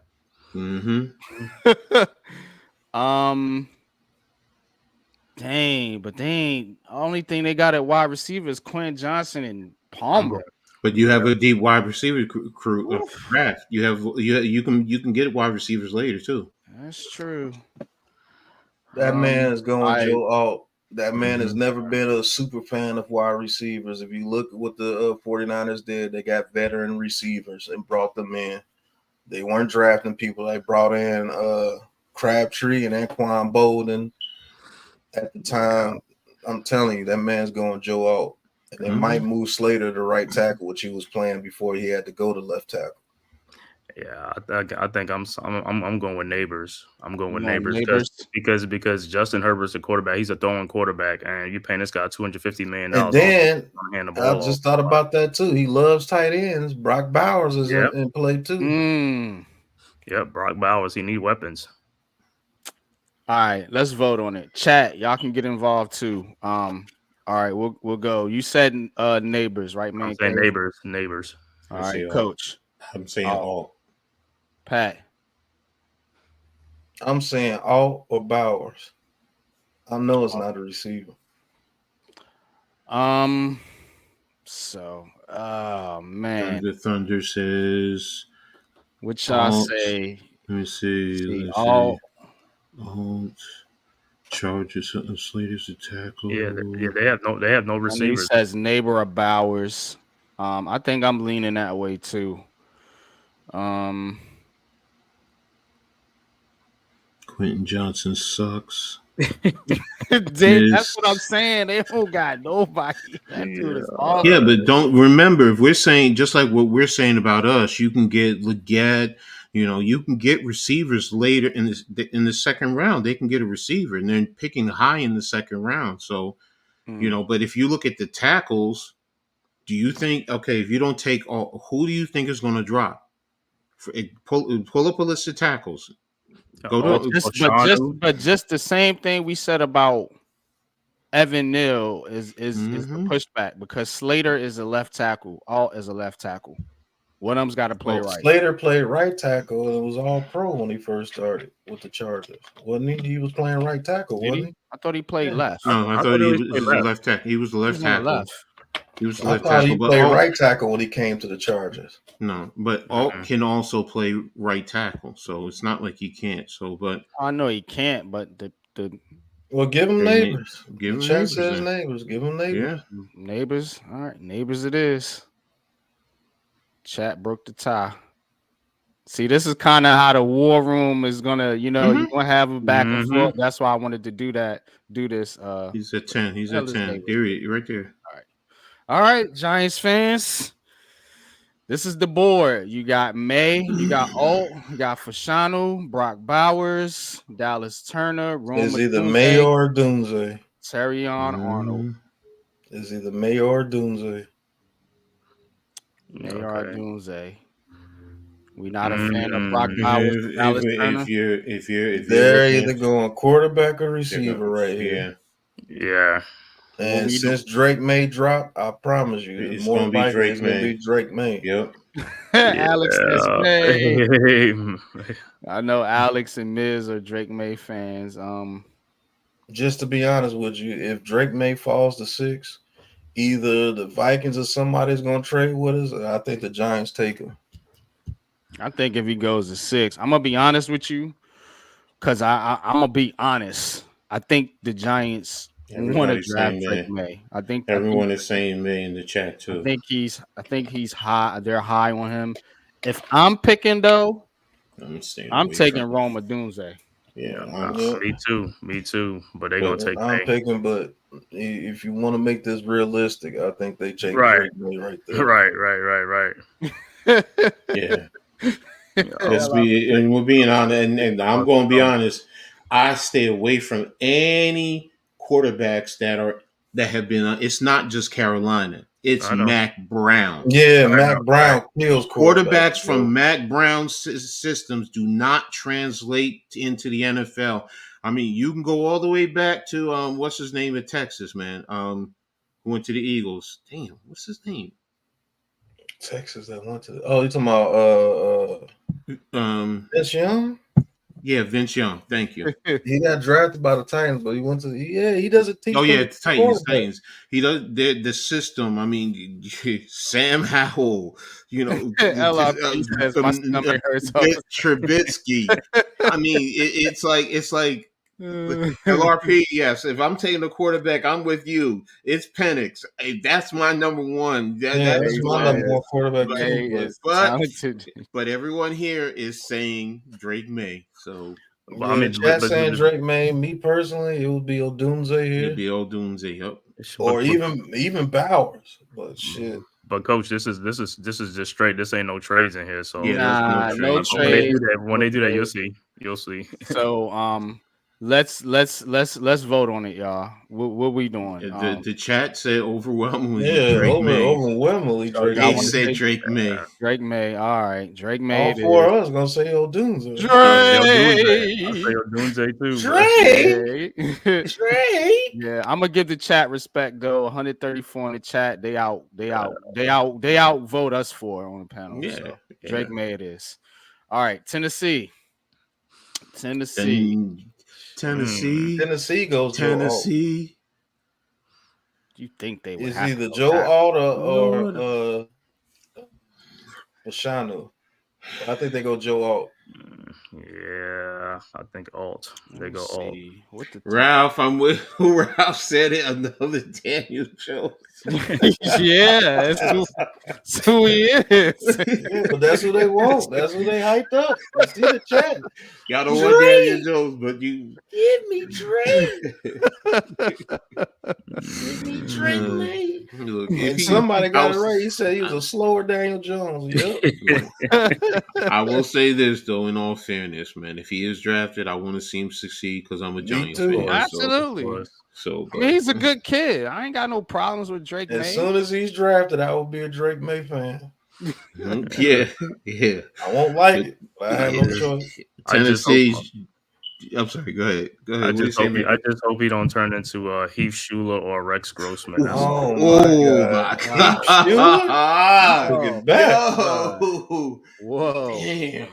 He was running the NFL. They sent him to politics, man. They like take your ass into politics. Yeah, Drake May is not good under pressure, and he's gonna have all the pressure in the world playing in New York City. That's a pressure cooker, boy. I can't wait every time you make a mistake. Drake. Oh man. But Tennessee 7 is gonna Titans, be Joe Alt, bro. Joe Alt, yeah, I think it's Joe Alt. Tennessee Titans gotta take Joe Alt here. But just real quick though, is it Alt or Fashanu? I think they go Alt. I do too. I just want to make sure I think it's all their needs are offensive tackle. Whenever you got offensive tackle as a need, you gotta take that tackle. Yeah, it's gonna be Joe Alt, bro.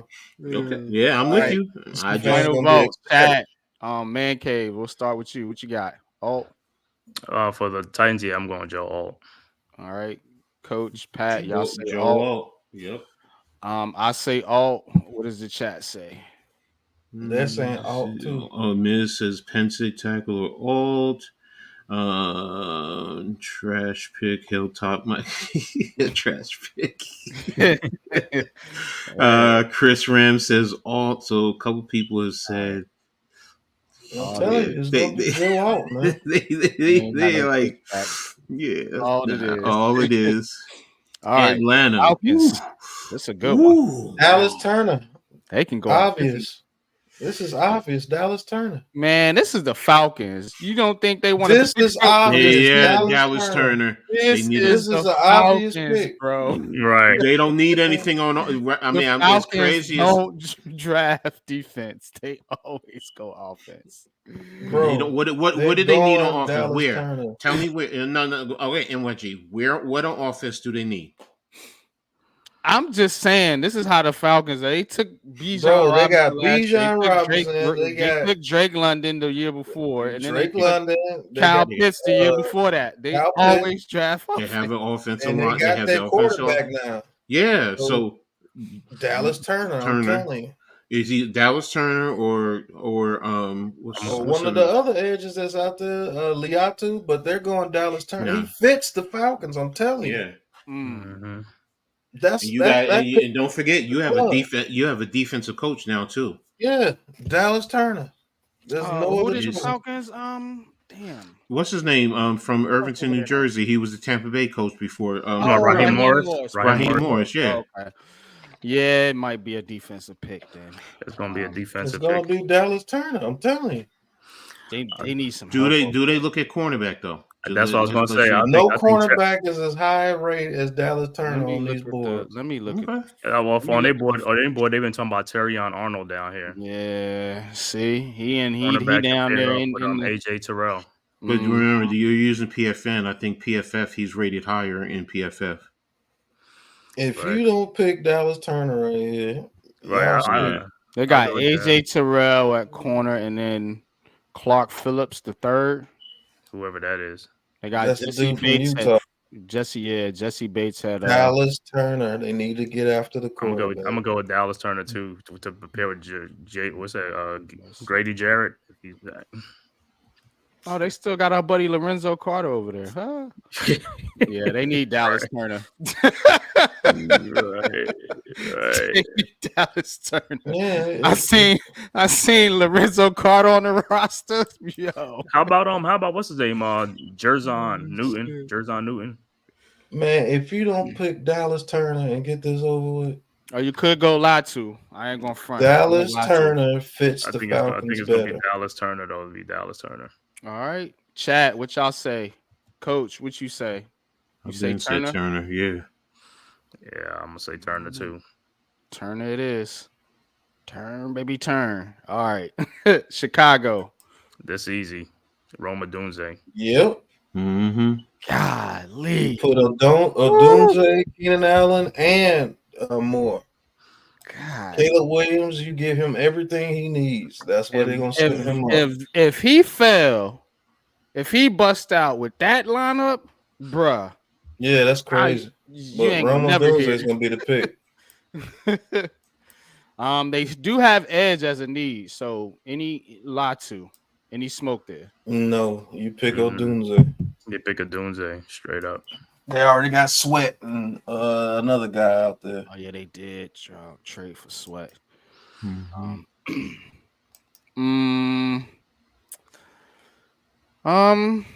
No smoke on the tackle. Let's see what are they tackles looking like. They just drafted one last year, I think. Yeah, I'm telling you, it's Rome Odunze. They got their offensive line. They picked some offensive linemen up in free agency too. They already got the quarterback. You give him his other outside weapon and let that monster Keenan Allen work in the slot. Paul, Rome Odunze. And they got a king's ransom for Fields. They got Sweat, and then DeMarcus Walker as the other edge. They got Tremaine Edmonds, middle linebacker. I would go. I mean, they do got two damn good wide receivers, though. Why wouldn't you do the same thing the Bengals did for Joe Burrow? Right. You get Rome Odunze and make sure Caleb Williams doesn't fuck it up. He said, make sure. God damn. All right. I got some people saying Bowers. They already got Cole Kmet. They're not going tight end. Cole Kmet. All right. So y'all are agreement, Rome Odunze. Mm-hmm. All right, Rome it is. Jets. Here we go. Now, if you're building for the future, you take Fashano here. But if they're trying to go all out, you got Aaron Rodgers. Probably take Brock Bowers. Yeah. They just brought in. Remember, you signed. What's his name? Is wide receiver Tyron Smith. They just brought in Tyron Smith. You also have Moses. What you call it too? Yeah, they just Moses. Don't they got a tight end or two? Not like Brock Bowers. No, yeah. Right. I mean, who did the Jets? Nope. They have whatchamacallit from Rucker, Ohio State. Yeah, right? They got Rucker. They got guys like that. And then the other guy they had, this other guy they got, they signed last year or the year before last.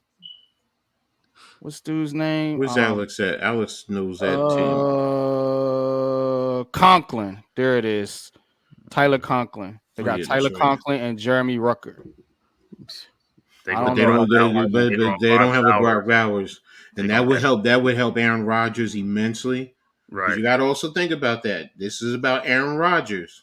Of course it is. And you got you on the outside. You have Wilson, They're and you trying to have win a Super Wilson. Bowl. Yeah, they're going to go Brock Bowers. They just did what they needed to do on the offensive line. They I will stabilized say the this: offensive who's line. their other corner? What's his name? They got Mike DJ Reed. Yeah. DJ Reed. Yeah, then Brock Bowers. I'm telling you, this thing The finna go only to the only politics. thing you would think if you're going to say cornered, Pat, is Arnold or what's his name? I What's the think other one? Quinyon Mitchell fits Would them they? better. Would he be better suited in the slot though? That's where I was going. Well, Arnold, yeah, Arnold can play the slot or the outside. Who's the other? Who's the other? I'm talking about the one from Who? You got no, not what the Nate kid from Wiggins. Yeah, Wiggins. Not because I was going to say not what you call from Iowa. Cooper DeJean. I think that dude's super overrated, but Nate Wiggins is an outside corner too. That's the one I was going to say. Can he go inside to start, or do you push Reed to the inside? Well, you push Reed to the inside. They got Michael Carter on as the nickel. But that's just that's why right now you can go Bowers or you can go cornerback. What does it say their needs are? Offensive tackle, receiver, offensive tackle, safety, tight end, quarterback. They might need a receiver though. Man, they just signed Mike Williams. I'm telling you. Who's their third receiver? You just got him and Garrett Wilson. And where's Lazard? Is Lazard? And yeah, I mean, and you can still bring back Aaron Rodgers' little man crush. What's his name? Yeah, he's still there. Right. Yeah. So it's going to be that tight end. Bowers, bro. You can use Bowers as a fucking receiver if you want to. The other ones, you still go 2 tight end sets. You do so much. You can flex out to like last year we were talking about what's his name with us Bellinger. Yeah, no. Old Hammy, Waller. Hammy too. Waller. Hammy too. But the point is, you could flex him out to the slot too to play receiver. You could still bump him in, still go big. It just does so much. So I see where Pat's going with Bowers. I was just saying, like you, a cornerback, it strengthens that defense too. LRP says Smith need hammocks to get on the green. Still need a tackle. Hey, I understand, bro. I understand. But you're not gonna draft a kid at 10 and sit him on the bench. Yeah. Oh boy. I would go. To be honest. Yeah, you could. Yeah. Yeah. Or I would say this: you draft Fashanu and move Tyler Smith to guard. That's the only thing is Fashanu or Bowers. That's the only two I think. You got Morgan Moses as the right tackle. Yeah. And who they got at left tackle? Tyron Smith. Tyron Smith. And then what about the dude from last year? Was that Dwayne Brown? Who the guy that got last year? Oh, he's gone. No, he's gone. They got rid of Mekhi Becton too. Yeah, I'm looking at their depth chart right now. I think Smith got Joe Tippmann at center, Verd Tucker. That's solid right there. Just in the guard. You got John Simpson as a left guard. They just signed, and then you got Tyron Smith and Morgan Moses as the tackles. But you know what? Think about it. I'm going for Fashanu. Fashanu, that ain't a bad pick. What you say? You go for Fashanu. If they move Smith into guard, yeah. I'm sticking with Bowers for me. Say Bowers. The reason I say because they have an injury history on the offensive line with the Jets. Vera Tucker and stuff like that, and that's the only reason I go for Fashanu. If you're moving Smith to guard, it's Fashanu all day. What kind of money did they pay Smith? Not too much. It was not a bad contract. It's heavy incentive laden. So basically, he got to stay on the field. Yeah. Because he was hurt a lot last year. He was hurt a lot last year. He's been hurt the past 3 years. Right. I agree with you. It's just you signed him with the thought of playing him at tackle. So, but hey, I mean, if it's Fashanu, go ahead with Fashanu. Yeah, they got to protect Aaron Rodgers, man, because if them guys get hurt and go down, that's it. Has Smith ever played? Has Smith ever played guard before? Mm-hmm. Because I only remember him a left tackle for some reason. All right, let's vote. Well, I'm going Bowers. Bowers. You say I'm not Bowers, moving. coach. Yeah. I said Bowers. Bowers. You say Fashanu. Yeah. So we'll go What's the Bowers. chat say? I say Fashanu too. What's the chat say though? What's the chat? What the chat got? Chat got to break the tie. What y'all got for the I'm New trying to York look. Jets? Jets defense is good. Anybody named Cooper is going to the ball out. He's a narcissist. Yeah, I can see Brock Bowers, Aaron with the church. Oh yeah, they do got Vera Tucker. Yeah. Bowers. You got Bowers. This is the link right there. LRP. Lazard. Bowers, Chris. Everybody's saying Bowers. Isn't Vera Tucker Bowers, trade down. If they say Bowers it is. Bears DT or just Bears, so okay. We got a couple saying Fashanu. Yeah. Bowers it is. Bowers. All right, Minnesota. I know they want to trade, but not in this mock draft. What's their quarter? What's the quarterback? What quarterbacks are there? First of all, is it Bo Nix and Michael Penix? So you can probably get them. Remember that they got 23. So 23, right? Yeah. Yeah. So they don't have to take him early. So their needs are D tackle, O guard, cornerback, wide receiver. I think they go. You can go Arnold. Wait a minute. Scroll down for a second. Tackle Fashano, Fuaga. Where is I'm gonna go Latu. Here he is. I'm gonna throw a wrench in it for I think they go Troy Verse over Latu. And I'm gonna say Troy Fatano. Ooh. Fatano can play inside and he can play tackle. He can. He's versatile. Yeah, it's between him and Jared Verse. I think they go Verse before they go Liatu. Oh, yeah, so I didn't see Verse there. Okay. And they don't have edge as a particular need, but they do have D tackle. I mean, Danielle Hunter's gone. Yeah, Hunter's gone. Damn. Well, if Hunter's gone, I'm going Latu. I think they go Jared Verse over Latu. He fits them more. Jared Verse. Let's see what we got. 6'4", 259. What is Verse? 6'3", 254. About the same. Yeah, they're about the same. Both lightning quick, high octane, important burst. Oh, you good. No, you good. You're fine. Go ahead. You can close it. So, what y'all think, man? Vikings, man. They got plenty of weapons. So division now. Let's kind of leading defense myself. Let's look at their division, though. You got Chicago. They're going to their offense. Mm-hmm. The Lions balance offensively. They could run. They could pass. The Packers now. I mean, they're going to be balanced with the running game as well as the pass. So, and then I didn't know they had Andrew Booth. Yeah, they did. They picked him, Booth from Clemson. Mm-hmm. Who is the corners? I want to see the Byron Murphy Jr. and Booth, Caleb Evans, but they got Andrew Booth Jr. too. They probably gonna give him a shot. So then it's gonna probably push. They signed Van Ginkel and Green. Yeah. They got Van Ginkel. Pass rushing, Van Ginkel. Be honest with you, that right tackle guy is looking. Jonathan Greenard too. Yeah, and Hottie. Talise Fuaga. Hottie, he said Hottie. He's either Fuaga or Fashanu. I think they go Fuaga. They love those island guys over there. Samoans.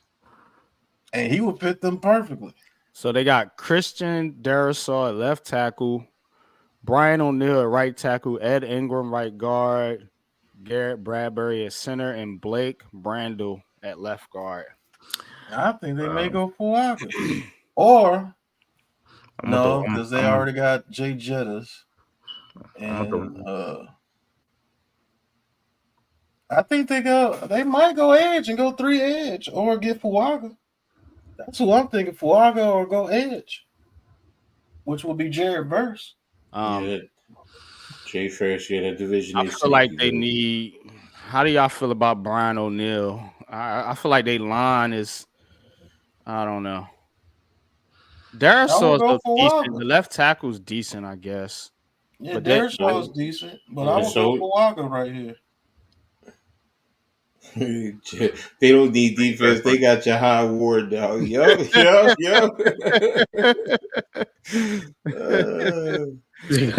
They got Wig. They got. Oh yeah, they got an edge. That's an edge. He going.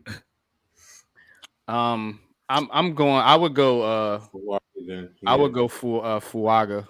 He's a right tackle. Yeah, he's definitely a right tackle. What do you say, Fuaga?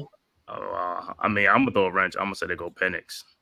They need a quarterback because Justin Jefferson contract is holding out right now. He wants to know who's going to be the quarterback. And they don't get a quarterback. You can get him. Remember, they have 2 first-round draft picks. Yeah, they got 2. Yeah, well, you can get him at 23 too. Yeah, you got him and Bo Nix. One of them is going to fall to 23. Well, wait a minute. Because Denver's up. Well, next. I don't know. You got Denver. You got the Raiders. You got the Saints in there. Yeah, I'll go Penix. I forgot about that. Yeah. Do you draft a quarterback? Do you? That is the burning question. This is a lot of the question that Giants fans be talking about. Them fools want JJ McCarthy or nothing. They going for Fuaga. I promise you. Fuaga, you voted? Yep. Coach, you said Fuaga or you? Starting to think about that quarterback and what's there next, though. I'm thinking about the quarterback too. Honestly. I'm going Penix, but we'll see what the chat says. I would do Bo Nix. I think Nix would probably be the one. I don't know why I'm thinking Nix. No, I don't think Nix is going in the first round. Right. Take Penix then. If you think they want a quarterback that bad, take Penix. Damn, this team is. Whew, it's they're in a tough spot. Damn. What y'all think, chat? What y'all think? They could take Penix and get somebody like a Keon Coleman or Brian Thomas 23 if he's there. He says you might laugh, but Jay Ferris watched him trade Jefferson. With 2 twos. You might laugh, but a lot of teams don't want to drop 30. A lot of teams don't want to drop $32 million on a wide receiver per year. Because the market is changing now for the wide receivers. Yeah, that's why Jefferson getting at least 33, 34. Yeah. But he's going to have somebody that have to throw him the ball now. You don't know who's going to throw him the ball. Tough. What y'all think? You say, Coach. You know what? I'm gonna always go back to my foundational part. It has to be the offensive line. Go Fuaga. I have to go offensive line. I just have to. I'm not going to reach for no quarterback that I didn't want in the first place. Why would I do that? Fuaga it is, because I'm going Fuaga too. That Penix thing is interesting though. It kind of made me pause a little bit, but no, I got you. I feel like Penix or Nix, one of them should be there. We'll see how the draft goes, man. Y'all hit that like button. Hit the like button. 122 in the chat. Let's go. Well, my next two is Penix for both of these. So Denver Broncos. Yeah, I'm looking at quarterback here. Yeah, he's definitely not picking Michael Penix. That's for sure. Quarterback, defensive tackle, wide receiver, edge, or corner. Yeah, Sean Payton. Whoever Sean Payton was, probably Bo Nix. No, not Bo Nix. What's the other guy? Michael Penix. Nah, Penix, the injury history. I don't think Sean Payton gonna pick him. Yeah, I don't think he. Sean Payton could probably work with somebody like Bo Nix. But what? I'm not taking him at 12. I would. It's Arnold. rich. Yeah, Look. Niggas not going, man. that's Bo rich. Nix, That they don't is trash rich. Bo Nix, bro. Arnold or That is Latu. rich, boy. Whew. Would he take the offensive tackle though? Would Yeah. he take? Would Yeah, he take because an he was projected to be a top 5 pick. I Let's think they would go for Shano right here. let the Broncos look like. Next best thing to getting a quarterback is getting somebody to protect him. Oh yeah. For Sean who's there, they'll take. Yeah, Garrett Bowles, left tackle, and Mike McGlinchey. I think they're pretty good there. I don't know about the interior. Ben Powers, Luke Wattenberg at center, and then Quinn Meinertz. Do you take a chance? Oh, they signed Matt Pert, our buddy Matt Pert. Yeah, they good on swing tackle. Do they take a chance on Yeah, Fatanu, not for Shanu, Fatanu? Do they take a chance here, or do they look at Arnold or Latu or Verse? Man, to be honest, I don't know about their. I think they need a quarterback. I mean, I don't know. They might go edge. They got. I'm not too familiar with Malcolm Roach, DJ Jones, Zach Allen. That's their D line. Linebackers, they got Byron Browning and then Jonathan Cooper as the two edge linebackers, and then Alex Singleton and Cody Barton on the inside. You still got Patrick Surtain at corner, and then Damari Mathis. Forever long Patrick Surtain is there. I think they might go edge here because I can't take Bo Nix at 12. I can't do it either, Pat. Yeah, I would go Latu or Verse. I'm gonna say Latu fits them better. Say Latu. I'm with you on that. I say Latu. Yep, I agree. What you say, Coach? You said Latu. Oh, Latu. Okay. No, I just said Fatano. Do you take him as an interior? But I can understand where you're going with defensive side. So yeah, because their defense ain't looking too high right now. All right, Raiders. The Raiders. Antonio Pierce, our buddy AP over there. What y'all think? He wants to stop the Chiefs. And they got my guy over there, Minshew over there. I said Gardner Minshew. Gardner Minshew as a bridge. What about tackle here? What about Fashanu? They got tackle as a need. Let me look at their roster real quick. Either Fashanu or Quenya Mitchell. Yeah, I was looking at Terrion Arnold. I think they got Taylor Mumford at right tackle, and then Colton Miller at left tackle, Dylan Parham at guard, Andre Johnson, and DJ Fluke at right. Man, get that man a line, man. I'm going for Shannon, bro. They just signed the dude from Washington that could play guard. Yeah, Fatanu. Yeah, he might be a better fit because he can go inside the guard. Because it looks like I think Colton Miller's decent, but I don't know about Mumford over there at right tackle. Get some versatility. So you got DJ. He's still playing DJ Fluke. Guard, man. Yeah, get him a guard. I'm going for Tanu. I will go with Byron Murphy, the defensive tackle.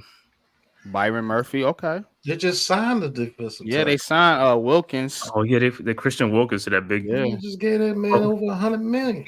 I'm gonna turn right back around the first round and draft somebody else, right? Come on, man. Yeah, you better stop the run. Right. Get Fatano in there, somebody and block. Yeah. Chris Jones still around. I forgot that one. Yeah, Chris Jones still around. Who's the other edge opposite Crosby? Malcolm Kuntz. Oh, you know what? Jared Verse would be nice here too. Because remember, because they want to. I'm telling, they want to get after Patrick Mahomes, bro. Yeah, he already said it. Yeah, Jared Verse would be nice here for them too. Yeah. Oh, they got our buddy Ellerson Smith.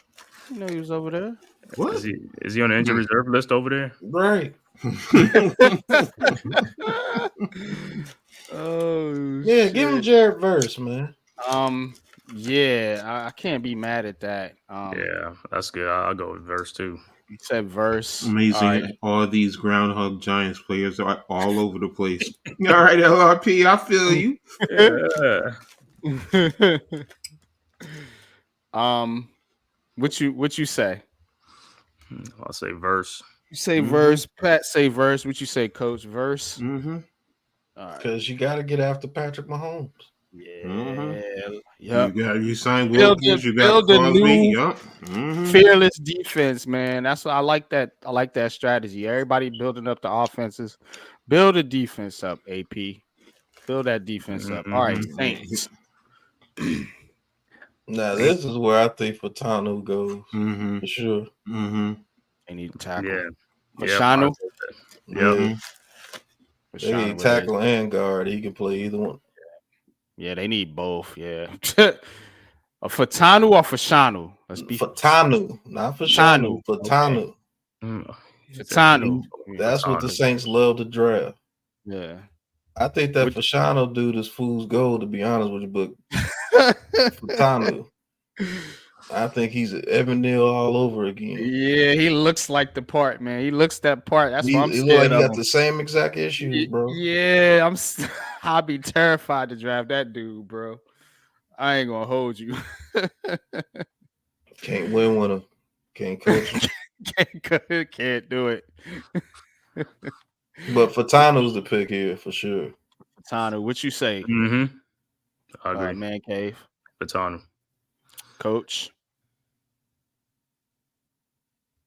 Husky Nation, baby. Coach. You said Husky Nation? Husky Nation. Husky Nation. Oh, that's that Fatanu? Okay. All right. Troy, okay. All right. Colts. The Colts. What are their needs? The Colts. I can see them going DB here. Who they DBs? Terrion Arnold and Mitchell. I'm talking about who the Colts DBs. They're going DB right here. Colts and if so, they're going Quinyon Mitchell. Ain't no DBs come off the board yet. Right. Ain't showing no love for. Yeah, they got Dallas.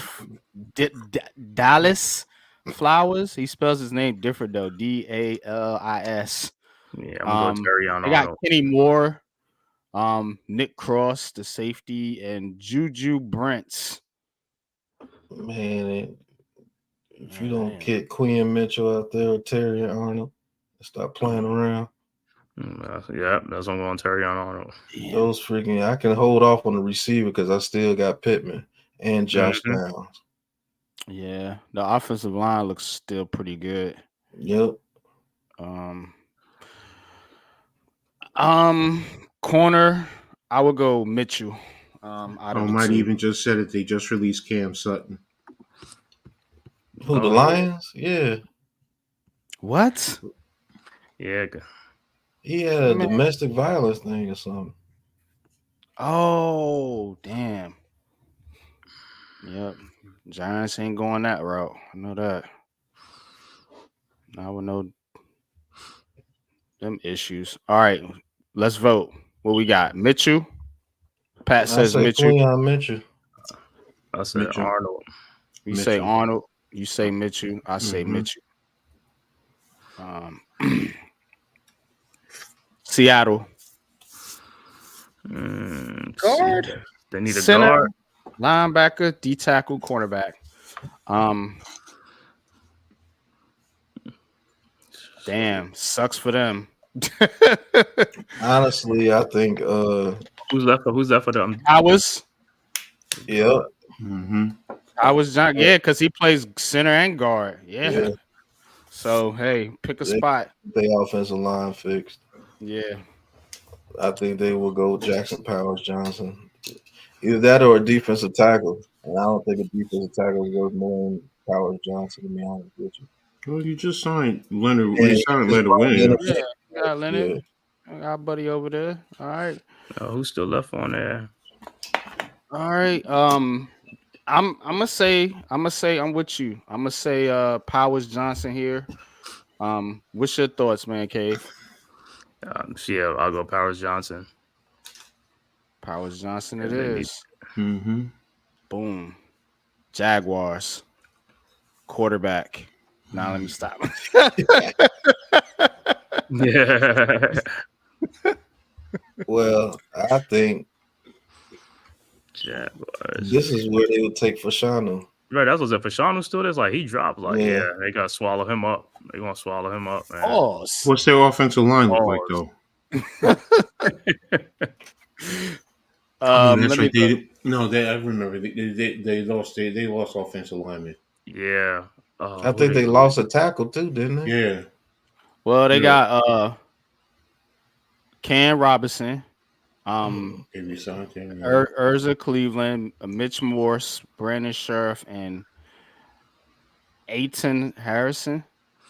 Fashanu. Yeah, give him for Sean.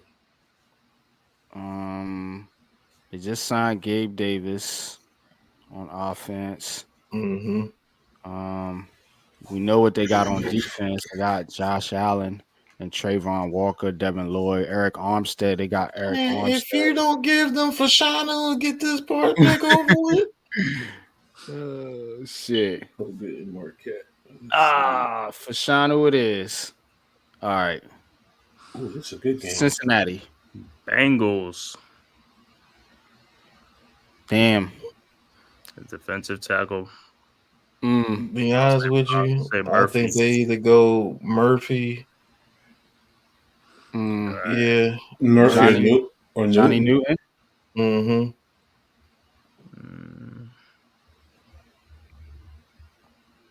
Yeah, they're gonna have to beef up their line one way or the other. This got to be a D tackle or O tackle, in my opinion. What's his name? Story 4x4. Yeah, each one of them are different. I mean, trust me, we talked about that. Yeah, different. We'll we'll try the other one next time we do this. But 240. I'll give him Johnny Newton. Johnny Newton. What would you do, Coach? Newton and Murphy are just like, as far Right. as BTs, it's just like you can win. You can't go wrong with either of them. To me, it's just What's the deal with? I feel like they just lost the tackle, didn't they? Or did they bring him back? No, they brought a tackle in.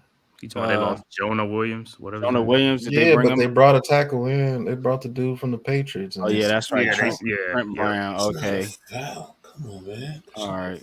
You got Orlando Brown Jr. on. Okay. Still got BJ Hill. Got Sheldon Rankins and BJ Hill in the inside. Sam Hubbard and But they're on their backside too, so Mm-hmm. they're going to be going within another year or so. One of them at least. I would go corner. Okay, then take Terry and Arnold then. Cam Taylor Britt and DJ Turner II. And your division. DJ Turner from Michigan was nice. Look at their division. Okay, so let's talk about the division. You got quarterbacks with all really now at least respectable with all four teams. Mm-hmm. So the three teams. Well, the Browns are they're up for division. I'm sorry. Deshaun Watson. I don't know what the hell. Yeah, no. So I'm looking. I mean, you got Lamar and, well, depending on what happens with Pittsburgh, you at least have two quarterbacks different. So I mean, and then look at the receivers. They do both Baltimore and Cincy has receivers. Yeah. Even Cleveland, they have receivers. So you got Amari Cooper over there in Juku. Yeah. So go Terry Arnold if you don't want to go defensive tackle. You got Arnold and who's the other one from Clemson? Wiggins. Yeah, Wiggins. Nate Wiggins. Who fits their system better now? Arnold. So let's go Arnold. 5'11", 189. Sorry, a burst. Yeah, we on number 17. Because doggone, every time you tell this man to pick somebody, he goes 30, 45 more seconds. What, man? Other people. I'm giving people a chance to talk about it. Like, You said I came back. Y'all only on number 17. Bro, I'm telling you, the when you pick for everybody, it's not. It's not easy. like it's not easy at all. But this pick is take Nate Wiggins. Oh, look, he said why? He said reason why it should be a speed round because there's no trades. It's just straight what you going to draft. Imagine if you had trades. Right, it's gonna take longer. Trades will take longer, but there ain't no trades in this. This pick right here at 19 is easy. You take Nate Wiggins. Okay. The Rams. I don't know. You just lost Aaron Donald, so who are you gonna pick? Who you gonna pick to replace Aaron Donald? I don't know. It's a joke. It's a joke, man. I know. Like, Aaron Donald need edge and D tackle though. They don't want to go for the line here. Cornerback is first need, and they do need a cornerback. They lost a very good cornerback and another one. Nate Wiggins replaces that. So Nate Wiggins, that's what they definitely need. Nate Wiggins. What's your thoughts, Coach? I'm DB. I've been said that. Yeah. DB here. Mm-hmm. Right. I was joking about the defensive line. So. All right, Pittsburgh. Man, what they need because they did a lot in the free agency. I think they need a tackle though. Yeah. Tackle, center. Amarius Mims or J.C. Latham. I don't trust J.C. Latham, but nothing. Trust or Mims. What tackle do they need? A left or a right tackle? So Marius Mims, Georgia. Go with Georgia. Man, that dude get hurt too much for me. Wait a minute. Do they need a right or a left tackle? That's the first question I'm asking. Well, they picked one last year. What's his name? Broderick Johnson. They picked a tackle last year. Right? They got Dan Moore Jr. at left tackle, and then they got Broderick Jones at right tackle. Broderick Jones is nice. Yeah, picked the left tackle. If you gotta go left tackle, it's gonna be Amarius Mims. Mm-hmm. Yeah, their defense is pretty straight. I would go tackle here. Amarius Mims it is. What you guys say? I'll say Amarius Mims. Mm-hmm. All right. Dolphins. They need a guard. They need a wide receiver. Right. That dude from Duke, where is he at? That guard. He took a Barton. He took Barton. Graham Barton. Yeah, Barton. Yep. Graham Barton. Yep, Graham Barton. He's gonna be a first rounder. My pick. Yep. Graham Barton. Yeah. What's your thoughts, Coach? They say, yeah. They got him as a first rounder now. They got him as a guard. He was listed as a tackle. He's a swing. He's a swing lineman. So basically, he played tackle at Duke, but they project him to go inside. So I mean, hey, I'm not really familiar with the Dolphins, so I'm digressing to what you guys say. So offensive lineman, go with the interior then. Could go D tackle here. You just lost Will Wilkins. He lost Wilkins. Yeah. So you go Byron Murphy. They're predicated on offense first before anything else. Right. Yeah, and I don't think any one of these defensive tackles is something to be like, oh my God, about. But I'm definitely going guard right here. The dude from Duke. Graham Barton. All right. Graham Barton, you say what you say, Coach? Go Barton. Go Barton. All right. Bypass the next team. Just bypass the Shigles, the shitgles. What do they need? No, what they're gonna do. Hey, bypass them. Just bypass take them. Somebody in on the fucking line like they always do every goddamn year. Yeah, they got enough people. They just signed Huff and everybody. They're good on D line. Oh, they need a corner. Yeah, that's right. They need a coach.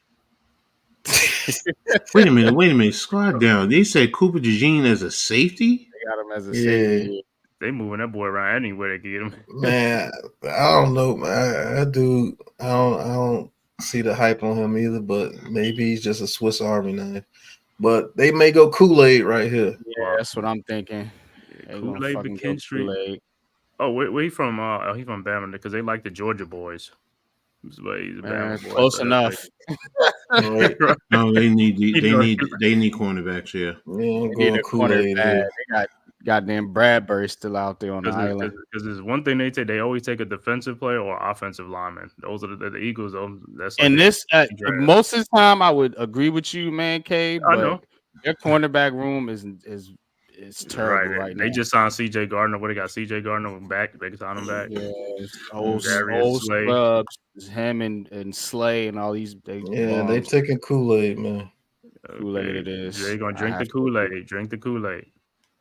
Vikings, okay, Vikings fans. Back up again. quarterbacks drop too. The quarterbacks drop. The quarterbacks drop. I think they draft Bo Nix before they draft Penix. Yeah, that's what I said earlier. Why is that? Why do y'all guys feel like that Penix is just people just I think Penix is the number one quarterback. So it's I agree. I don't think give, they're only drafting him because of his injury. To be honest with you, people are going to shy away because of the injury history. That's it. That's all it is the injury history. In the first round. It's not production. Look, I've watched this kid from the time when he got when he was at Indiana. He was coming out of high school. He was actually a dual threat quarterback. Yeah. That's what most people don't realize. He was a dual threat. His job, get the injuries, but the kid, he's elusive. He can play. He's played against top talent. We've seen the mechanics. We've seen the passing. Some people question his form. Kind of looks like a little shot put, but Phillips Rivers was like that. So said need a bargain for the 49ers. Yeah. So right here, it makes. Do they grab a quarterback at 23? You can let him sit for at least a year. So who that man? Coach Dave, welcome to the show. What's going on, fellas? What's up? What's good? What's going on, man? How y'all feeling, man? Happy Sunday, good, man. Bro. Happy to you, bro. I'm trying to make it through this damn draft.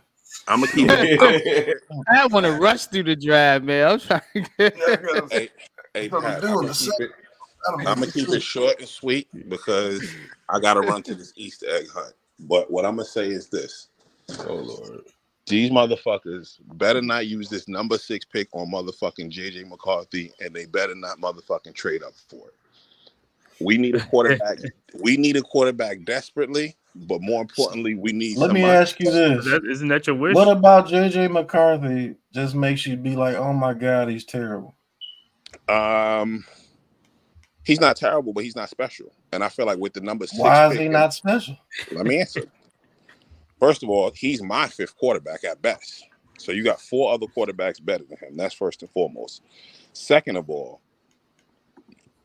we haven't seen enough. We got dudes in a draft like this where we have dudes where we seen it.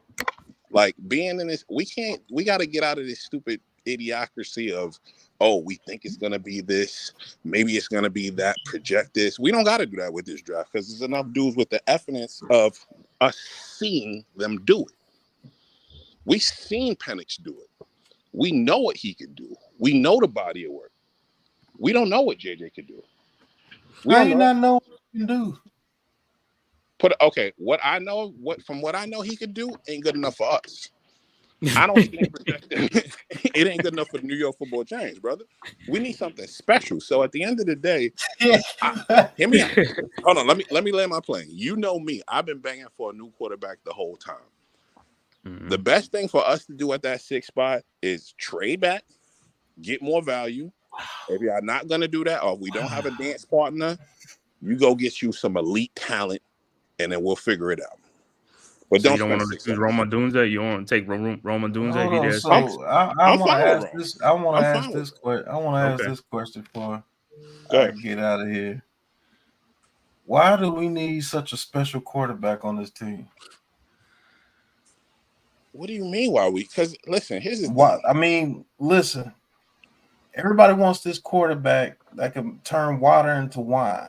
So let me ask you a question. Hold on. Why do you think you need this superhuman quarterback on this team. When you look at this team, let me ask you a question. Do you feel like J.J. McCarthy is better than Penix? No, I've always said Penix was the best quarterback in the draft. So why are you giving me any pushback on this if we agree? Because people just say things that the media say. So I want to get people's opinion. Why do you think he sucks so bad? I don't say things the media says. At the end of the day, I feel like for them, he's an easy sell to them because the Daniel Jones fan club, oddly enough, is okay with J.J. McCarthy, which is funny to me after watching them rag on everybody. So there's only people that like Daniel Jones that like J.J. McCarthy. No. They are not the only people. I'm just highlighting the fact that they're okay with it. They are not the only people. Every year around this time, we see somebody get pushed to the top who makes this meteoric rise to the top and shoots up in the draft. How many times have those dudes actually panned out? These are the dudes that you want. Jaden Daniels. Jaden Daniels were considered shit before we've seen the body of work. JJ Tate. His body of work at Arizona State his body of work at Arizona State was lackluster. No, until he got to LSU. Not as a freshman with 17 until he got to LSU with Malik Neighbors, Brian Thomas, Nix, all those other people. He went off. That's cool. I think he's a good quarterback too. But don't just say, "Oh, it's a meteoric rise." It's a rise with Drake May. What the fuck is Drake May done? I don't like Drake May. Listen, I like Caleb Penix and Jaden. What's Caleb Williams done besides win a Heisman Award, an individual award, as his team balled out? Us going back and forth about him is pointless. He's the best 1 or 2 talent in the draft at the position. So we ain't even got to link on him. Let me ask you things about these quarterbacks. These quarterbacks that you like, they played at great schools, so you haven't really seen how they play at a bad school or play. See, that's what people don't see. These guys been playing on good teams. Have we seen JJ play at a bad school? No, that's what I'm saying, and that's what I'm saying. People, JJ been playing on a good team, and that's what I'm saying. Everybody like these quarterbacks, but they played on good teams. They played on good teams. That's what I'm saying. All of them, they played on good teams. They ain't played on bad, terrible teams, so we don't know what they really are. So y'all okay with JJ? I'm not. No, we're not saying that. You see how people try to flip it on. No, I asked the question. I didn't flip anything. Listen, I'm saying Jaden played at a great school too. I'm gonna answer for you, Coach Dave. It's simple, man. The Giants at 6, and I agree with you. They need to take an impact player. What my take on the quarterback situation is, with this fan base, as impatient as this fan base is, they're not gonna let Drake May or JJ McCarthy sit like they need. Both of them quarterbacks need to sit. I feel like with JJ, he will be allowed a level of grace that May and probably and definitely Penix is not going to receive. I don't know. Well, this JJ is the closest you could get. If they draft any of the other quarterbacks, no. But I do agree with Coach on that. I think JJ would have a chance to sit. They will give him the utmost grace. Penix, that black ass is going to be out there in about week 6. His ass is going to be out because fans like you are going to want him to be out there. As soon as Daniel Jones go out there throw one incomplete pass, guess what you're going to be saying? You're going to want him out there. What's going on, Miz? I wouldn't fight for him to be out there, but I feel like out of all the quarterbacks, he's the most ready to play today in the NFL. But I wouldn't that is true. To the fire. I wouldn't be like, he is the most ready to play. Yeah, and that's the reason why I said what I said, because Giants fans are going to push the quarterback in there immediately, damn near, and some of these guys ain't ready to play. Penix will probably have the best shot to come in and start right away. Penix is ready. That's it. No, he's not. Miz, go ahead, Miz, because Miz got something to say. Not ready. Don't fool yourself, brothers. Why? Step into the New York. Why? Why is he not ready? He's not ready. None of these guys are probably ready to go day one, Coach. If his team is not. Explain to me what you're just saying. He's not. Why is he not ready? Why? Because it's not a complete football team. You'd be set up to fail. That's why. Yeah, they all are. Miz. So you're not saying as a player he's not ready. You're just saying as a team we're not ready to throw a guy in there. If you drafted Penix, I would love to have him, but I would not throw him in there day one, and that's why you brought in Locke. If Jones is not ready, Locke plays. That's it. You said until you build a team up, because you Well, just said I until mean, you build a team up. okay. See, Miz, when you say it like that, I agree with you.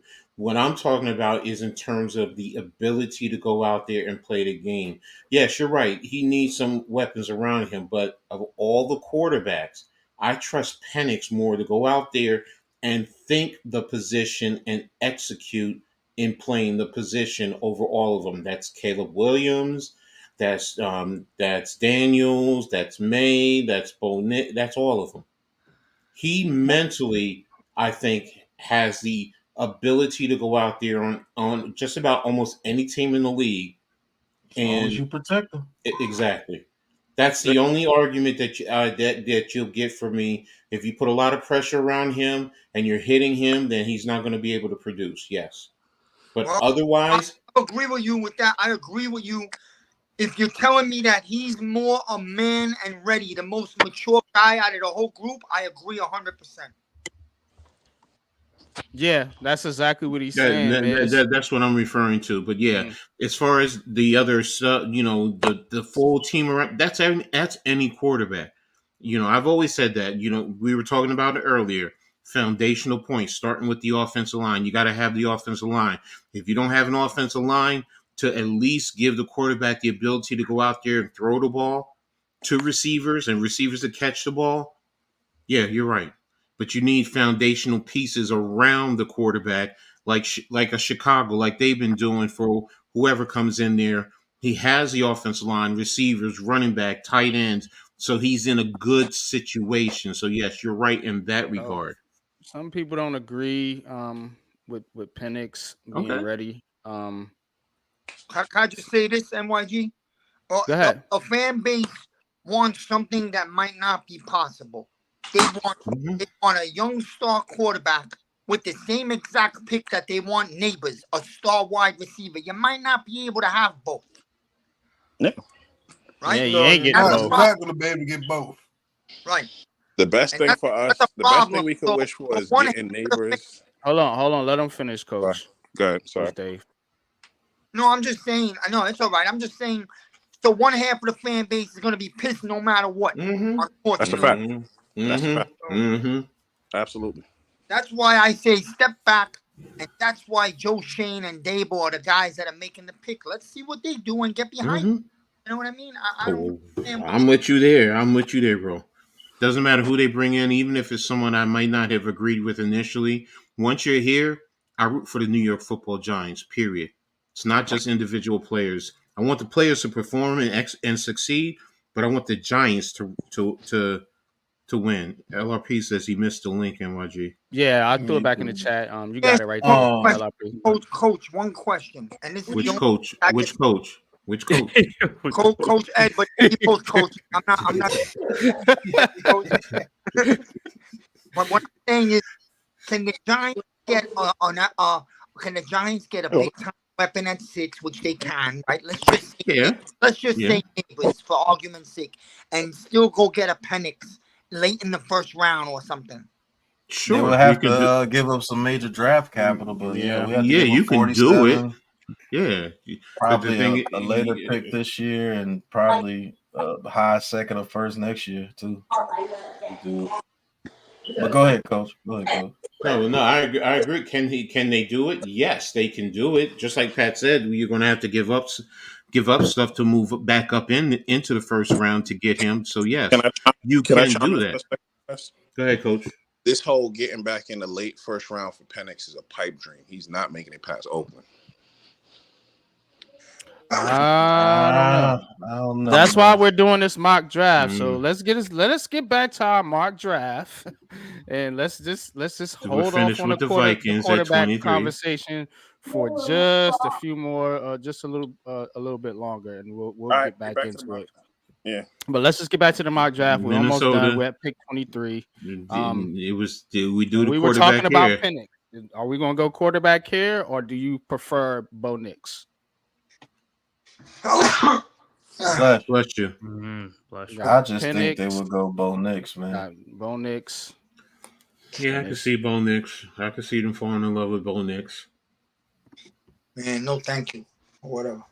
Well, this is Minnesota. Remember, we're picking for the Minnesota. Vikings. So this is not if Giants. you were the Vikings, what would you take care? It don't have to be a quarterback. It could be anything. What pick are they? 23. The first pick. Who do we take first at 11? 11. Fuaga. So they took a tackle. So this is the needs. They got quarterback, D tackle, offensive guard, corner, and wide receiver. We already got them aligned. If they feel they could fall to the second round, they probably go D tackle here. There you go. What do I say? What foundational points? The trenches. Yeah.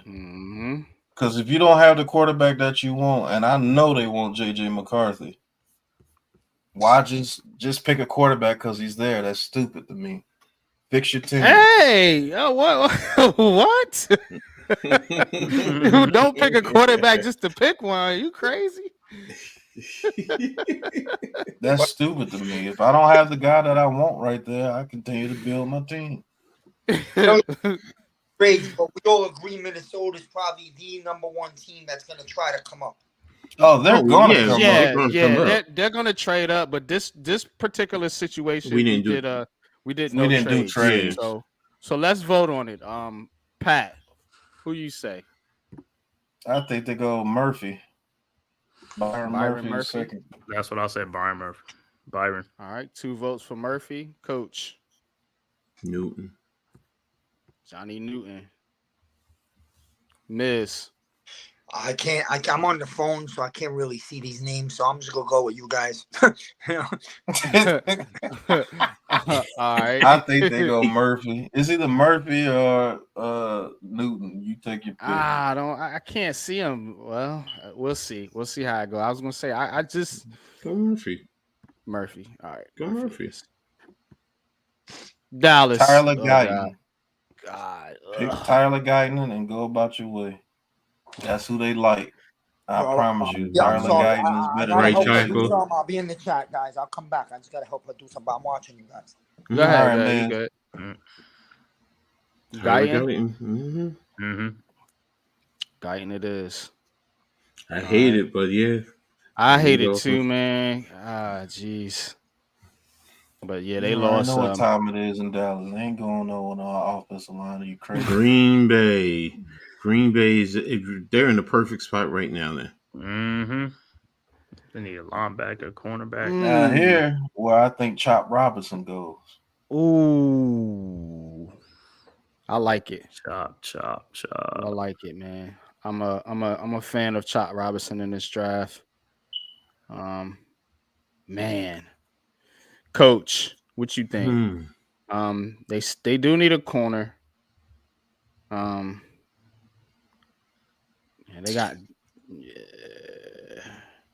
I can see Deshaun on that team too, but I think they go Chop Robinson to get after some people. Well, if they got him listed as safety, and they just signed McKinney, remember? So safety. I don't look at.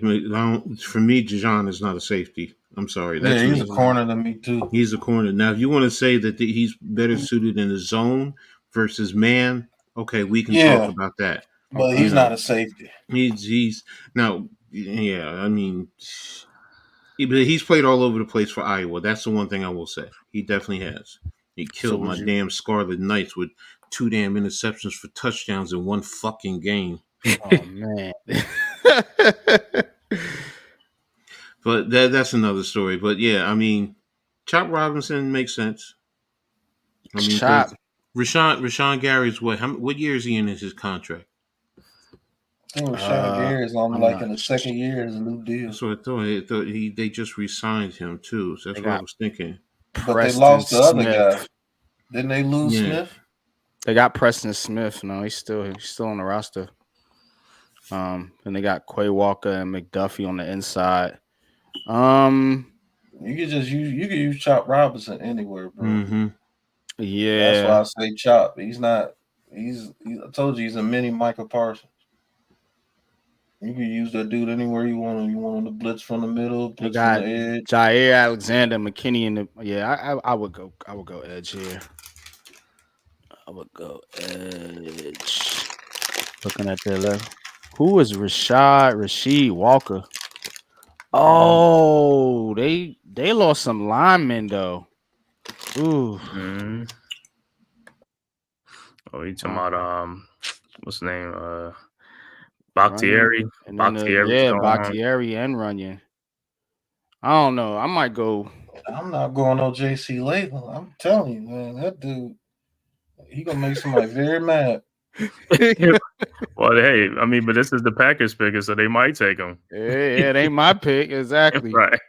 They might take that Kingsley dude before him. I'll tell you that now. Kingsley from BYU. Or Jordan Morgan. I'm not taking, man. I don't know where they're getting this JC. Hey, Jordan Morgan. I would go Jordan Morgan here. Hey, but you know they like the Alabama kids. They like the Bama kids. I would go offensive tackle. That's gonna be my pick, Jordan Morgan. I'm with you. I'm not big on Latham. I got Evan Neal PTSD. Dang about Evan Neal. And Leatherwood. At him, bro. And Leatherwood. Alex Leatherwood. Alex Leatherwood. All right, what's the pick? Talk to me. It's either Chop Robinson or Dejon for me. Coach. I think it's gonna be Chop. You say Chop, Coach. I'm just going with you guys on this one. I'll go with Chop. Chop. All right, y'all got me outvoted. I'm gonna go with lineman, but y'all pick Chop. You can get lineman later too. Still, yeah, they can. Tampa. Edge. Hey. TJ Tampa. TJ Tampa. I'm joking. That would be funny as shit. That would be hilarious. Oh, what's his name is still on there? Donnie Mitchell, wide receiver. They go that guy that's from Missouri. What's his name? The corner? No, the edge. Edge, that dude. That's clown. Darius Robinson. There you go. That's who they go with. Darius Robinson. So he gets into the back of the first round. What was their needs? Let me see the Tampa needs because they edge, corner, OC, guard, wide receiver. They just brought Evans back, Goodwin, but who are their receivers? Evans, Godwin, Trey Palmer, the other guy. They're good at receiving. And they got a good tight end, K. Dotton. They lost Devin White, the linebacker. They benched Devin White. They benched him. They ain't losing. They benched him. Good riddance. God damn. Yeah, I think they started that dude. Yeah, they got Godwin, Palmer. Okay, so the name Mike Evans is enough. Yeah, that dude's a monster. It's the defensive side of the ball, then. Yeah, it's got to be defense. I'm telling you, the Darius Robinson dude will be just fine on the edge. You can play. Yeah, they got Logan Hall. Yeah, they got Logan Hall, and then they got Joe Tyron Soyinka. They got Cansey and Vita Vea on the inside. Vita Vea. Vita Vea is almost done. Yeah. Corner, they got McCollum, and then what the hell? So Jamel Dean. You don't think they take Newton here? Johnny Newton? All right, what y'all say? Defensive tackle. It's the dude from Missouri, Darius. You said they go with the edge rusher, Darius Robinson. You can play defensive tackle too if you want him to. I'll say Newton. You say Newton? What you say, Coach? And my boy is the head coach. And he loves defense and he loves coming with blitzes. Todd Bowles. Product of Eastwick, Elizabeth, New Jersey. Yeah. Another one killed my damn high school. Shit. I went through. He likes pressure. He likes bringing it from different angles. Go with the edge. Robinson. Yeah, because I can't see a line. Is there a linebacker? Who? That first rounder? No, there's no first round linebackers. Hell no. That's why I'm thinking that. I'm saying to myself, are there any first round linebackers? Hell No. no. Nah, because Adrian Cooper's a second rounder, right? So go with Robinson. All right, Robinson it is. Yo, coach, I went to Linden for a year. Oh, okay. So you and your Kennedy. Mm-hmm. What we? Okay, so this to the Cardinals.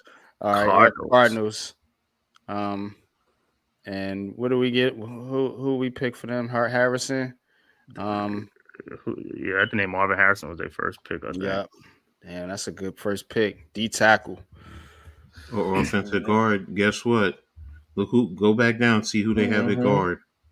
Go look at it. Scroll down, see who they have at guard. Available left guard that's left. Stop. Christian Haynes. It's now. I haven't heard anybody say he's a first rounder, but I was surprised that he's this high.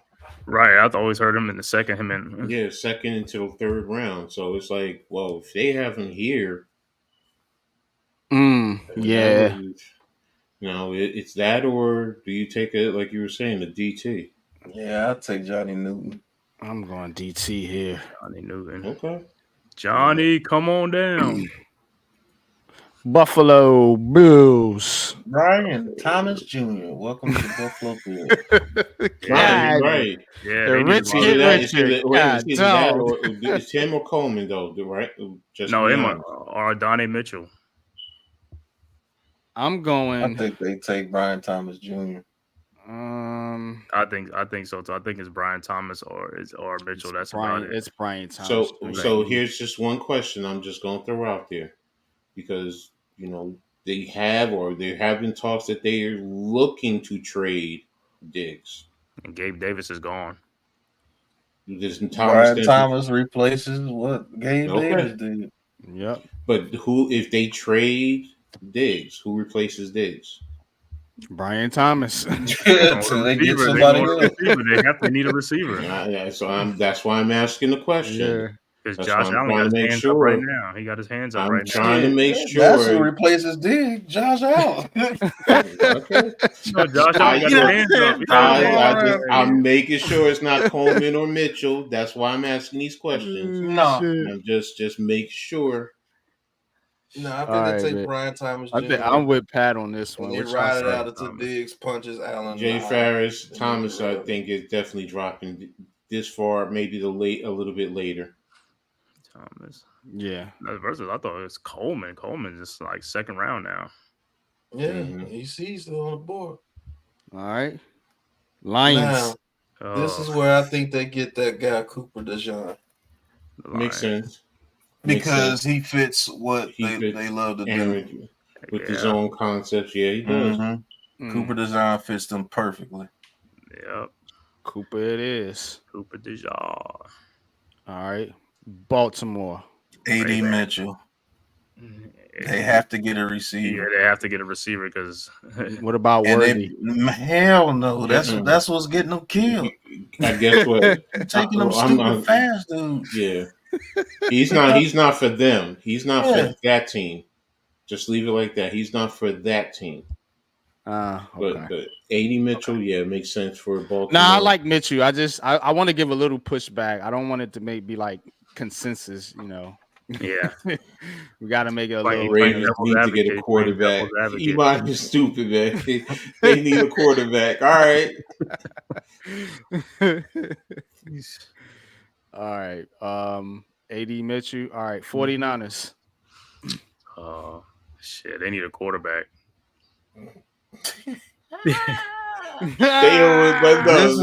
This is where I think go down. Latham going. Latham is going. No way. I think they take Suamatia. The offensive tackle. Sumatala. I thought it was Tala. Whatever his name is. Suama something. Just say Kingsley from BYU. Yeah, Kingsley from BYU. That's what you're gonna go out there teaching them boys the haka. Yeah. Yeah, it's kind of the offensive line is kind of where it's at right now as far as the talent. What about a guy like TJ Tampa? Man, if you second round. Lord. All right. Sumata, everybody agree? Yeah, Kingsley. Go Kingsley. The offensive lineman about him. Because if what's name would have slipped, he would have been there. Barton. They definitely like Barton. This is where, for me, Xavier Worthy goes. Yep. This is exactly where he goes. They're gonna pair him with Rasheed Rice and what about Lad McConkey? And let them Xavier Worthy. It's Xavier Worthy, man. There's no. I love Lad McConkey. You know I love Lad McConkey. No. But no, it's. I know it's gonna be a wide receiver. I agree with that. I don't think anybody wants Isaiah Simmons Thunder. Hey, Thunder, no, they ain't signed Simmons yet because of the new defensive coordinator. They don't know if he fit in the system with Shane Bowen's system, so they don't know that yet. That's probably why they ain't signed him. I know there's Troy Franklin. I know that. Troy Franklin. I think Worthy fits that speed. It opens up the second level, and you got on his last leg. So you got to give him as much help from the tight end spot to stress the back end of the defense. That opens it up for Rice too, and it helps the run game. So But Mahomes might not have that time to throw the ball if Jahad Ward's coming off the corner. Yeah, right. It's Worthy. Not as bad as Boogie Basham. I mean, I'm gonna be honest. That's the closest to the cheetah he's gonna get. There it is. Let's see the results, y'all. Yes, sir. Damn, so Drake May. Wow. Drake May to the I never thought I'd be in any type of draft simulator and say, okay, we're gonna take Drake May. We took Drake May. Fire Joe Shane's ass. But a lot of Giants fans on Twitter would be elated if Drake May fell. I know this guy's a Drake May fan. That's 100. I do have a bone to pick with you guys though. How you guys gonna leave Denver with just Stidham on roster? That's what I said. They needed a quarterback. They go take Bo Nix because you know why? This is my prediction. What's up, guys? Thank you guys so much for having on. And Coach Ed knows how my prediction goes. I got all messed up and it was saying Josh Allen for Super Bowl. That didn't work out. But that being said, I do say this. I will say this. Bo Nix, I do believe. Obviously, I'm not a fly on the wall, but I do believe that Sean Payton kind of sees some kind of Drew Brees in here, and I think if in him, and I think if any team was to reach for Bo Nix, it would be Sean Payton, and it wouldn't be considered a reach because it's Sean Payton. So your guys' draft actually ended up like my draft for the top 6. I actually had the Vikings trading up to get JJ with the Patriots, but I know you guys didn't do trades. But I do think if there's a team to reach on Knicks and the NFL community being like, okay, that makes sense, it would be the Broncos at 12. And I think homie above me said it too. I think Penix goes to Oakland. I don't think Penix leaves the first. But if he does leave the first, I mean, like that would be a shock to me because I do feel like with all these top 6 quarterbacks, a lot of these teams they rank them in different areas. And I think a lot of teams are higher on Penix than they are on people like Drake May. So if Penix was to fall, I would see him getting picked, if not by Oakland, somewhere in the 20s. I don't think these top 6 quarterbacks honestly make it out of the first, but that's why it's fun. And that's why I love watching these videos because of the facts that you never know, you never know how these drafts are going to go. I will say you will be surprised. Because if the Raiders don't take Penix, guess where he's going? Pretty much to the second round. So you got just like Bo Nix. If Bo Nix don't get picked up by the Broncos, guess where he's going? Yeah, second round and deep into the second round. Too. I can agree with your point though, Zion. I could see Sean Payton liking a guy like Bo Nix. and thinking that he could mold him kind of like he did with Breeze back in the day. I could see that scenario, but that's rich. That's rich. Yeah, For a that's what guy I'm like saying. Bo But Nix. At if number a team can 12, do that's it, it rich. would be Sean. Not to interrupt you. My bad. Yeah, no, you good. That's I'll be rich real. though. I don't want no part of JC Latham. Man, I'm telling you, bro. But you know what? That's what helps the draft though. When teams pick them early and then they push somebody else back. That's something the Raiders would do. JC Latham. Hopefully they do. But that's a Raiders pick all day, every day. JC Latham. But if they do take Michael Penix, that would be dope for him. You got Adams over there already. Yeah. So yeah, they will. Yeah. You don't think the Seahawks take him to sit behind Smith just in case? Man, you don't know what the Seahawks doing over there. Right. That's a sneaky team, do though. The Seahawks. Right. They can't ride Geno forever. Right. I guarantee you this: if they start off bad, Geno gonna get benched. I'll tell you that. Right. Well, they ain't got Drew Lock right no more, man. They're gonna get his ass right out of there in Seattle. But man, good chilling with you fellas doing that mock draft. Try to make it as real as possible for you guys. Yeah, man. Good stuff though, man. Good picks, man. We'll try to do this maybe next time with a different simulator, a different draft simulator. Dude, it's been 3 hours. That's crazy. Yeah, man. Messing around with you taking 5 hours to do one damn mock draft. I just told you. I forgot the Seahawks got Sam Howell back. You done missed every time clock on our picks. Your pick has been your whole first round has been the whole first round I went ahead of you. But man, I gotta go do something real quick, man. Appreciate you guys, man. And yes, sir. Hit that like and subscribe button, man. Definitely, man. Appreciate you too, bro. All the time. All right. Peace. All right, Pat. Yeah, respect, guys. I was watching for the last hour. If you guys want to end it, I don't mind. Nah. We I didn't have no like time limit. Like That's I'm off today, so coach over there coaching. But I'm sorry.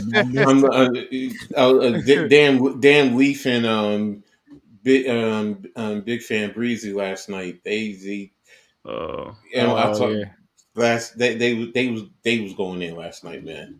And they were talking about Zach Edey trying to get Zach. Yeah, I'm watching the game. And I'm like Zach Edey is not built for the NBA. Not today's NBA. Yeah. I'm sorry, but that's another story. Let's get back to football. Oh nah. We definitely going to hit the basketball conversations up Tuesday. We back at it, Heart of the City, 8:30 p.m. Be there or be square. We're going all New York City sports. Yes, a lot to talk about in the area now. Of course, you got Yankees and Mets getting spring training going. I don't know what the hell the Brooklyn Nets are doing, but at least one of the teams in the city is pushing for the playoffs. And of course, we always going to chat about the Giants and the Jets and of course college basketball. March Madness hot and heavy right now. Oh, I got some stuff to talk about that on Tuesday, bro. And it's not going to be exciting. My God. You just saw Miss Layup? Yeah, oh my God. Yeah. That's the most egregious miss I've ever seen. Even my badass at basketball couldn't miss that one. Damn. Yeah, man. But appreciate everybody for joining in, man. Let's give our last thoughts on the Giants and on the draft. Like I said, I'm gonna try to do some more mock drafts leading up to the draft. Of course, you guys, if you don't know, we will be at the draft. I'll be there for sure, along with Big Bro Lou and Big Pat.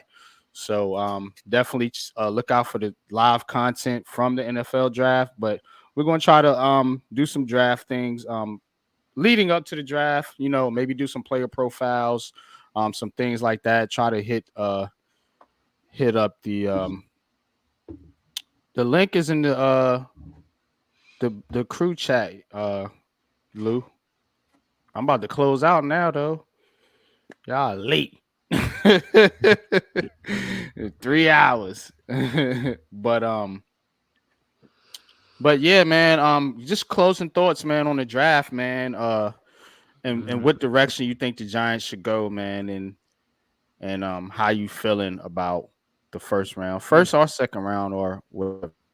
Just closing statements. I'm just saying, as far as the draft, I can't wait for it. I'm gonna be there at the draft too. You know what I'm saying? So I'll tell y'all. Okay. I'm gonna link up with you guys. Definitely, man. Draft, definitely do that, man. Don't forget either. Oh, okay. Of course not, man. You know how it is. You know what I'm saying? I'm trying to be in the front too when they drafting. You know what I'm saying? That's the whole.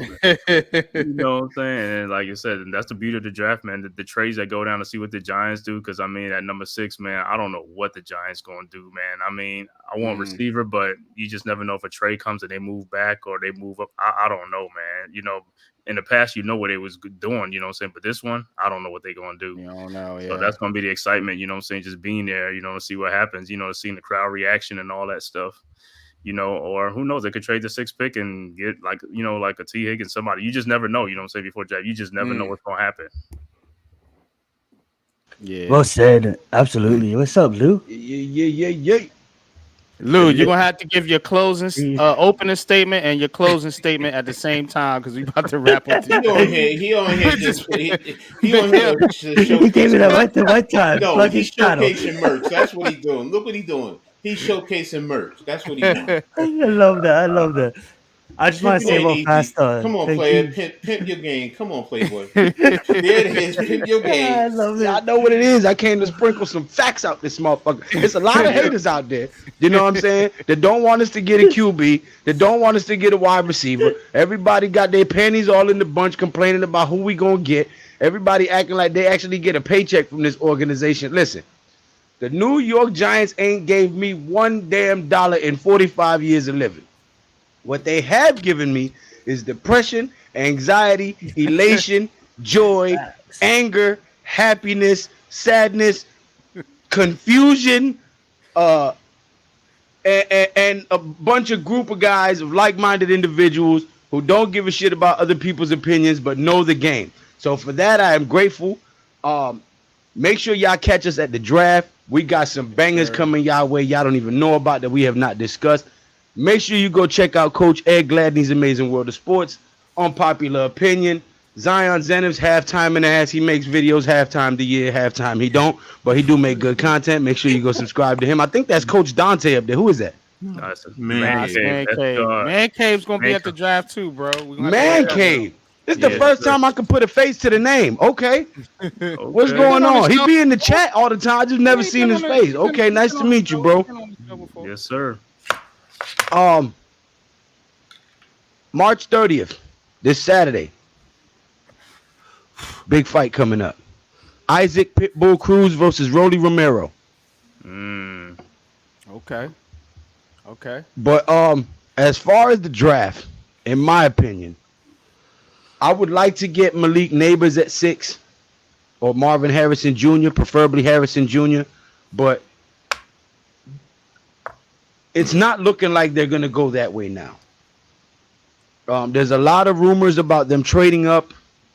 I read an article that came out last night from the Gridiron saying the Giants are now excited to potentially get a quarterback in the first round.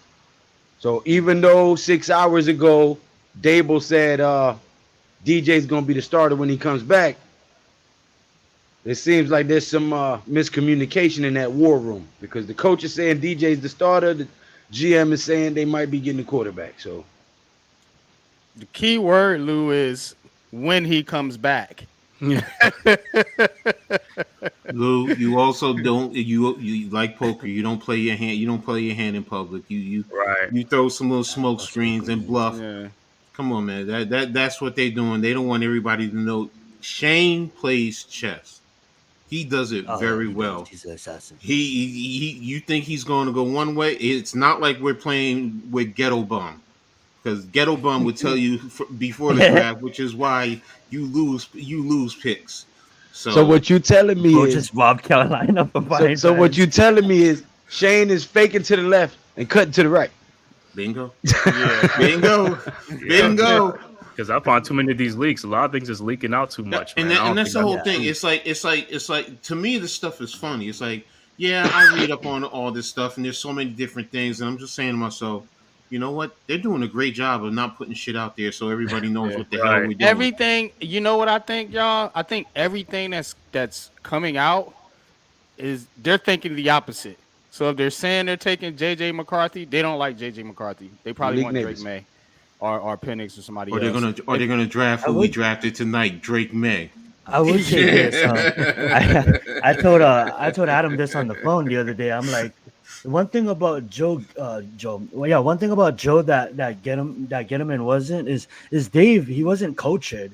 Like Joe is cultured. Like you watch these videos, it's a game to him, and he loves playing the game. Yeah. You know what I'm saying? So when you see him at all the Senior Bowl behind the scenes and the Carolinas GMs coming up to him, is like, hey Joe, who are you gonna take at 6? Like it's all fun and games. So he's leaking information. He's telling his team to leak information himself. Like he's throwing smoke grenades and he lives in that. This is his time to shine, the off season, right?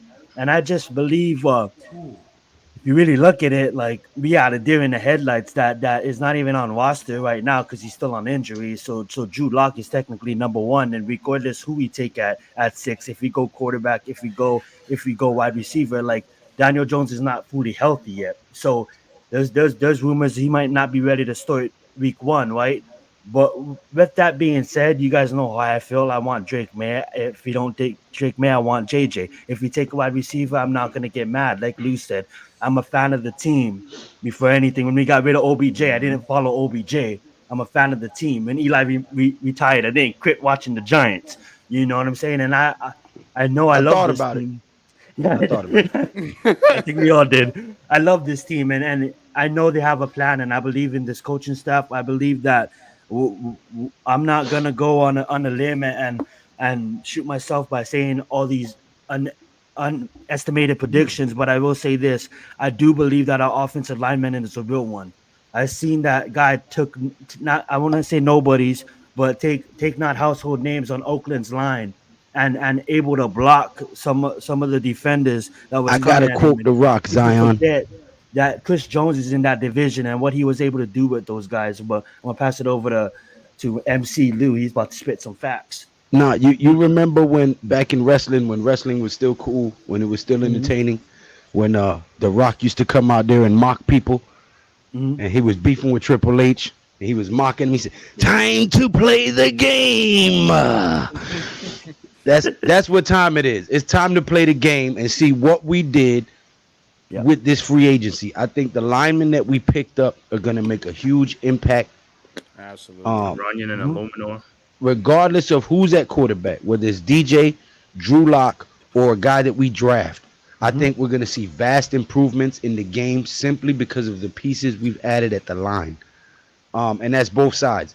Defensively, now we can get after the quarterback by just sending 4. We don't have to blitz 75% of the damn time or 50% of the time. Yeah. We can get pressure with 4, drop our guys in coverage, and have one guy spying the QB. And now you got a problem trying to find an open man or escape from the backfield and get that yardage. And that is the type of defense that the New York Giants has been known for. I'm excited to see it back on the field. Hopefully we can get the NASCAR package back. I'm already playing with them in Madden. It's awesome.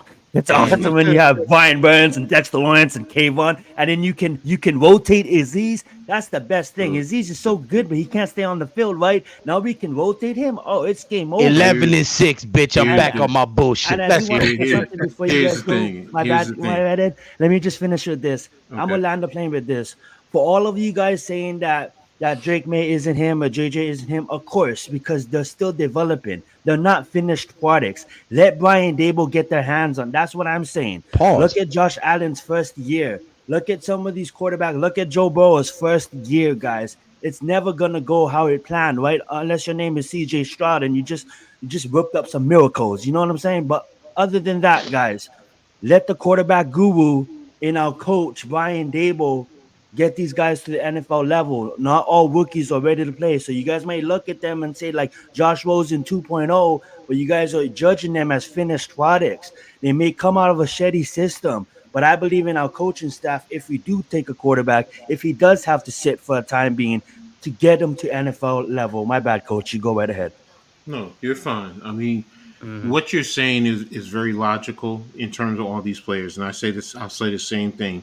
The one who I think is closest to ready to play right now, day one, to be honest with you, um, is Penix. Real fast. But Diggs was brought in after in year 2, and Chase was drafted in year 2. Go look at history. Josh Allen had a losing record, and Joe Burrow had a losing record year 1. When they got the You receiver, gonna they let took Coach off. finish his That's statement? time. And that's nah, John. I'm sorry, coach. My bad. you're fine, man. Zion Yeah, be Edelman. all Back the at people. quarterback, Sorry. all the quarterbacks need to be worked on. Every last one of them, including Penix. Yes, to be NFL caliber quarterbacks. Remember the fact that Patrick Mahomes, he even said it in the beginning. He didn't know how to read defenses. It took time for him to develop. So yes, all the quarterbacks, including even though I have questions about him coming out of a Mac Brown system in terms of Drake May, but you know what? There is some talent there. There's some talent there with Caleb Williams, and I get all the off-platform stuff and everything. I get it, but they all have talent. There are things that they do. They had to have done something to get to this point in their lives. Period. Case closed. To be at even at the top level in college, you had to have done something to get there. So now it's on, like you said, like Zion said, the coaches. I say the same thing about the offensive line with Evan Neal. What's the issue? Probably coaches. So that's the biggest thing. Do the coaches coach these guys up right to go out and execute and perform? If they do, great. Let's go. Let's have fun. And if not, they're probably going to be out of here as coaches. Mm-hmm. But you know what I think I see? I see a lot of teams now are like building their team up before they get their quarterbacks, and that's why I see quarterbacks are looking better too. You know what I'm saying? Compared to like a trashing, like you look at the Panthers, they didn't build their team up, and that's why I've been Bryce Young was saying that bad. shit for years. You see what I'm saying? Where But I Stroud looking do. good. You see what I'm saying? I think teams are like trying to start to do that now.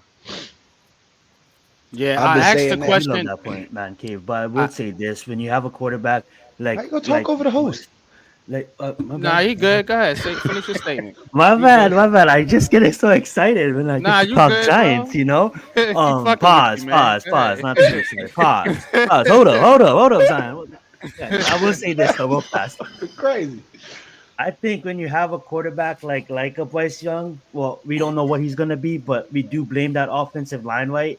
I just feel like they kind of feel like it's like AR-15, right? It's like the coach know that AR-15 wasn't him, but they have to take him because it's AR-15, what he could possibly be. So at Carolina, they looked at it like, bro, Bryce Young, if we can build a team around this guy, we have him. And when you have a quarterback that high, what you not saying he was mocked that high, but when what they thought of him, they loved him, right? So they're like, bro, let's go get our guy because sometimes when you go and you go get your guy, it works out. Like we just talked about, I'm not trying to compare Patrick Mahomes to anybody, but Patrick Mahomes wasn't Patrick Mahomes when he was getting drafted, right? But the Chiefs loved him, so they moved up and get him. I believe that Bryce Young, it's I'm not saying you judged him or anything. I'm just saying I think it's too early to judge him. I think if we look back at it in about 3 more years, Carolina is gonna work on getting. I mean, like they're literally sacrificing their defense to work on the offense for him this offseason. Oh So yeah. if he comes up and now this is Carolina's problem now. They're gonna score points and they're gonna get scored upon. So they're gonna lose games. You know what I'm saying? Because now they don't have a defense. But I didn't want to interrupt the host, and my bad. I didn't want to get No, into you this whole good. debate with Man Cave because Man Cave is obviously has some awesome points. Mm.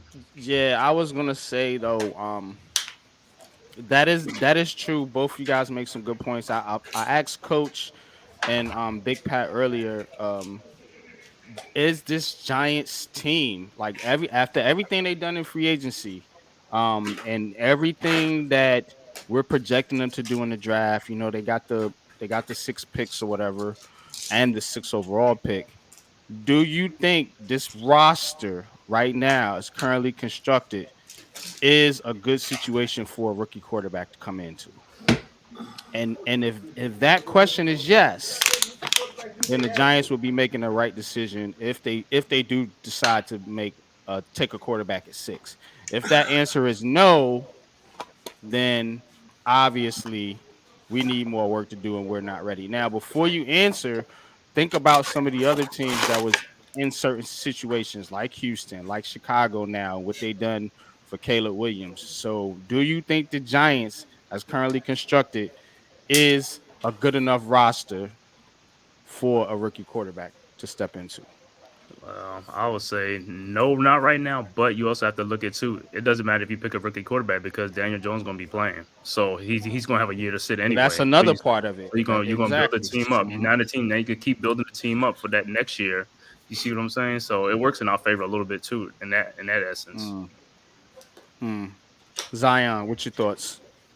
Yeah, and I have to calm down. And I'm sorry for interrupting everybody. I don't mean to do that at all.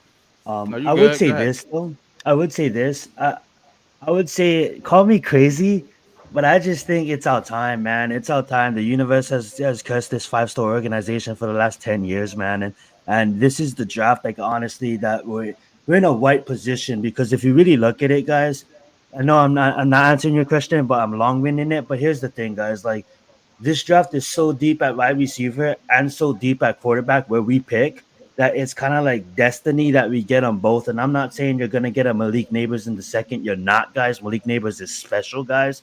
But I'm just saying we're not in a position to draft the quarterback. But if there's a way that we can come in away with a quarterback in the first round and a wide receiver in the second, I do believe that there's wide receivers like Robertson and like Hyatt that fully hasn't really reached their ceiling yet. And I believe Hyatt's still in. I am really high on the kid Hyatt, and I want him to. I think the kid can literally run past people, and I think JJ or Drake can hit him or Daniel. Let's not talk about that. But I just think if we come out of this draft with what we predict to be our franchise quarterback and what we predict to be a wide receiver that can help this roster, I think it's going to set us up for years to come because of the fact that we have all this available cap next year, and I'm going to be shouting for the rooftops if Hyatt doesn't come to if we go quarterback.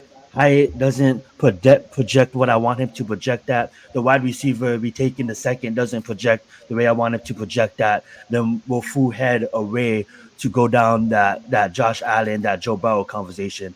You know, Joe Burrow gets Chase in year 2 off to the races. Allen gets Diggs in year 2 off to the races, and like they never looked back. The Bengals are not considered a shitty organization. They're a playoff appearance.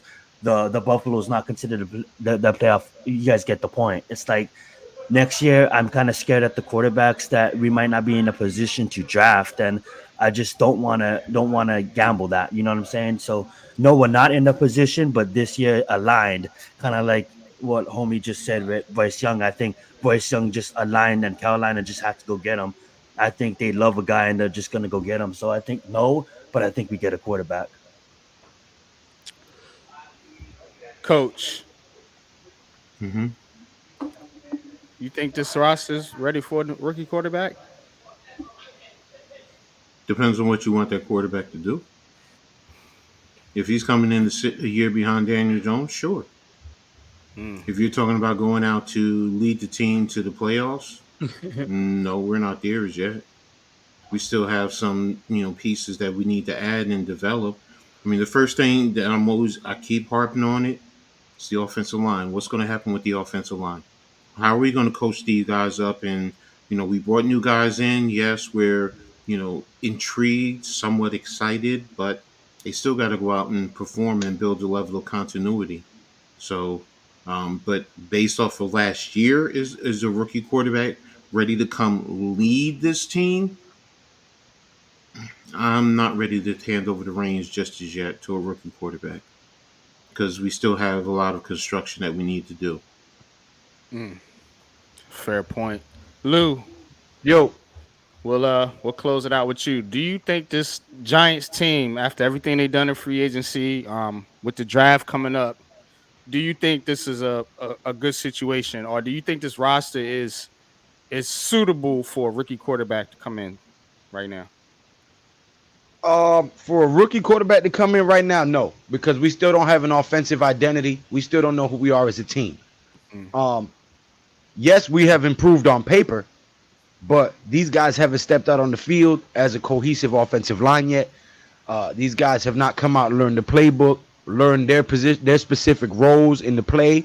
Whether you're down blocking, whether you're pulling, whether you're run blocking, so it's a lot of factors that go into it. Yes, we look better on paper, right? Now, the bigger question is if we do get a quarterback, if we draft a quarterback, is the system that Dable wants to implement going to fit his skill set? If we don't draft a quarterback, is Drew Lock going to be able to lead this team until DJ comes back? Or is DJ going to be as good or worse when he comes back? Or can he potentially take that leap we've all been hoping for 6 years? So it's a lot of variables. I think we've improved on paper.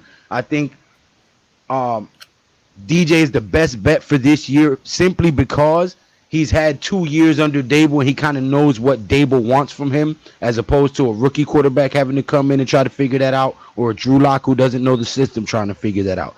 So to me, I think DJ is our best shot this year if we want to try to make a push. Okay. Yeah. That's fair. All fair points. In my unpopular opinion, I think this actually is an ideal situation. And I know it's gonna sound crazy coming from me, but I think this actually is an ideal situation for rookie quarterback to come into, if you allow him to sit. That's a big if, because with this fan base and the way they feel about the way they feel about said quarterback, name to not be mentioned, the way they feel about that guy. I'll add a little caveat to that. If we draft a black quarterback, the minute any quarterback throw an incompletion or an interception, boy, this fan base gonna holler to throw that motherfucker in there. I'm telling you. Yeah. Yeah, buddy. So that's why that's why I'm a little bit more a fan of Penix and Jaden Daniels, because I do think those two right there can come in and at least be serviceable in their first year. Drake May and JJ McCarthy, I'm gonna tell you right now, if those guys are forced to play earlier than they should, it's gonna be disaster. It's gonna be disaster. I'm gonna be honest with you.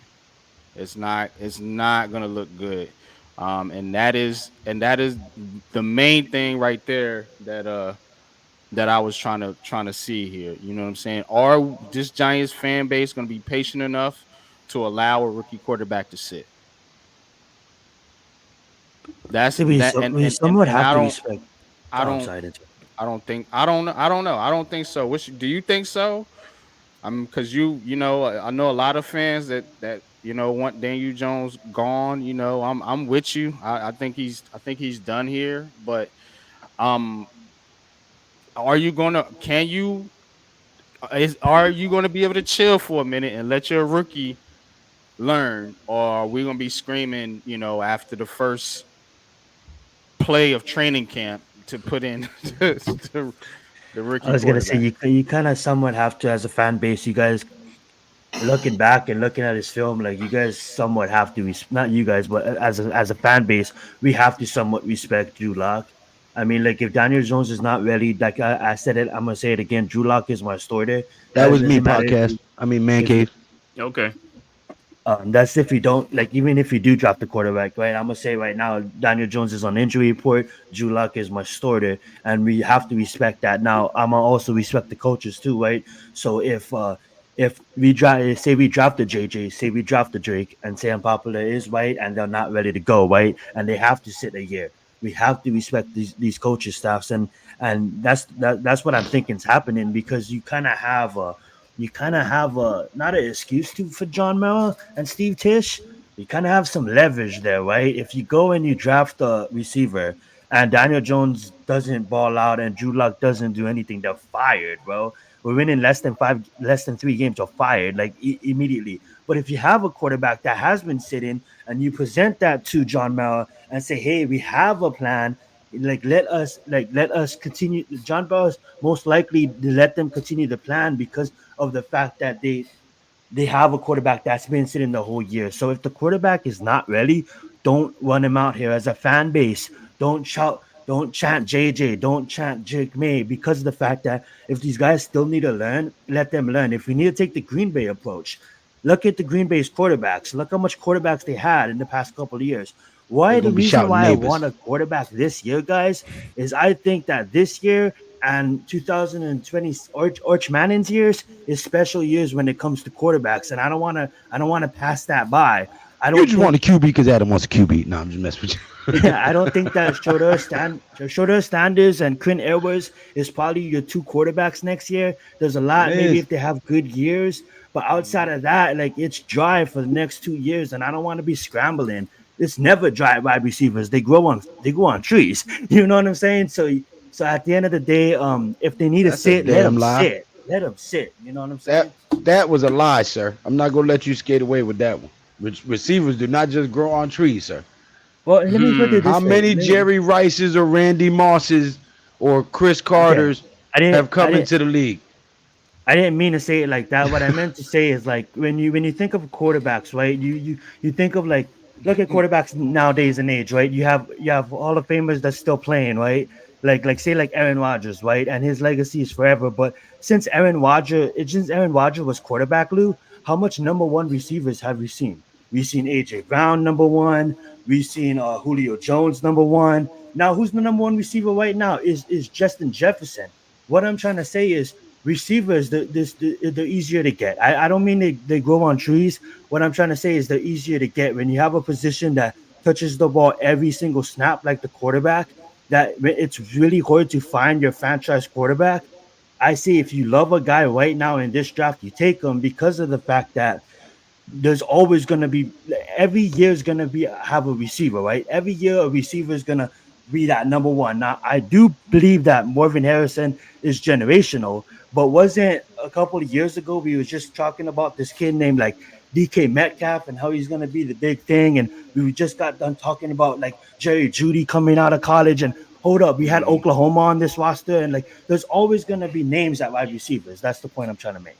I mean, I hear what you're saying. You said the key thing you said right there is names. You know what I'm saying? Like the name is one thing, man. But you know, to find a wide receiver that fits your system and fits what you're trying to do is not as easy as you making it out to be.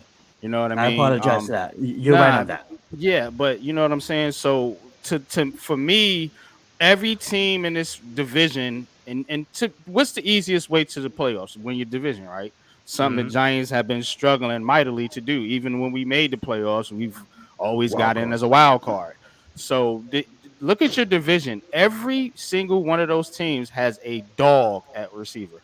You got Scary Terry, named Scary Terry for a reason. CeeDee Lamb and of course AJ and Devontae over there in Philly. We don't have that. You know what I'm saying? Right. But if you compare quarterback play, it's a lot more even, in my opinion, than the receiving cores are. You know what I mean? Like Dak Prescott and Jalen Hurts aren't killing nobody.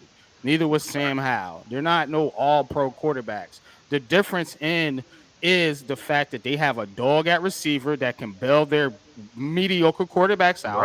Right. And their offensive lines and defensive lines are better than ours, particularly the offensive lines. So that is the difference. So I can see both sides of it.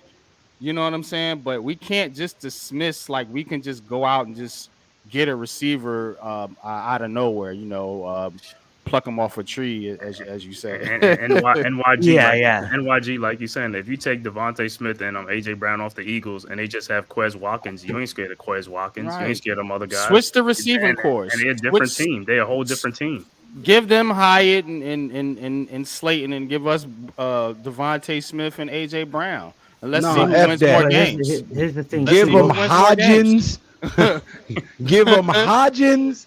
And the what was it? The preseason wide receiver we had? Oh, David Stills. Yeah. Give him David Stills and Isaiah Hodgins and see what they do.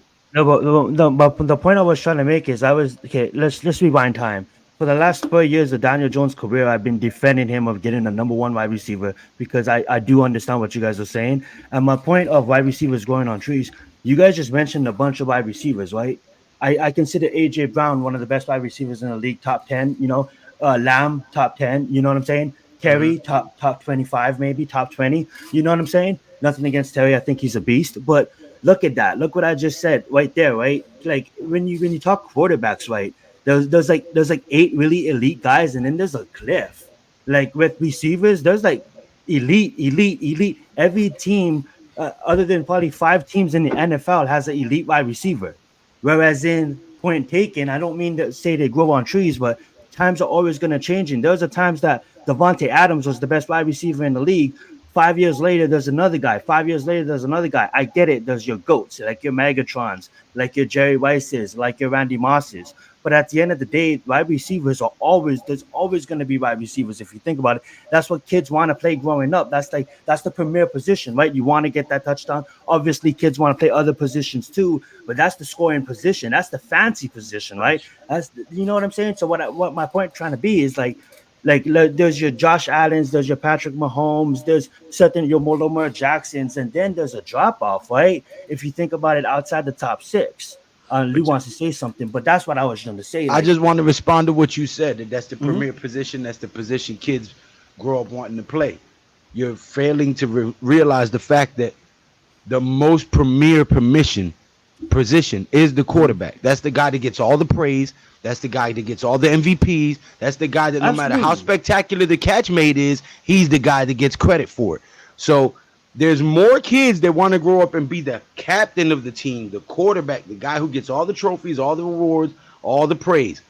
So you always have way more quarterbacks that are hyped up than wide receivers. A wide receiver, you can't really hype him up because he's putting it all on film.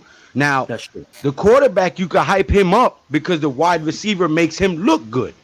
So you always have an overinflated quarterback as opposed to wide receivers really rated where they belong.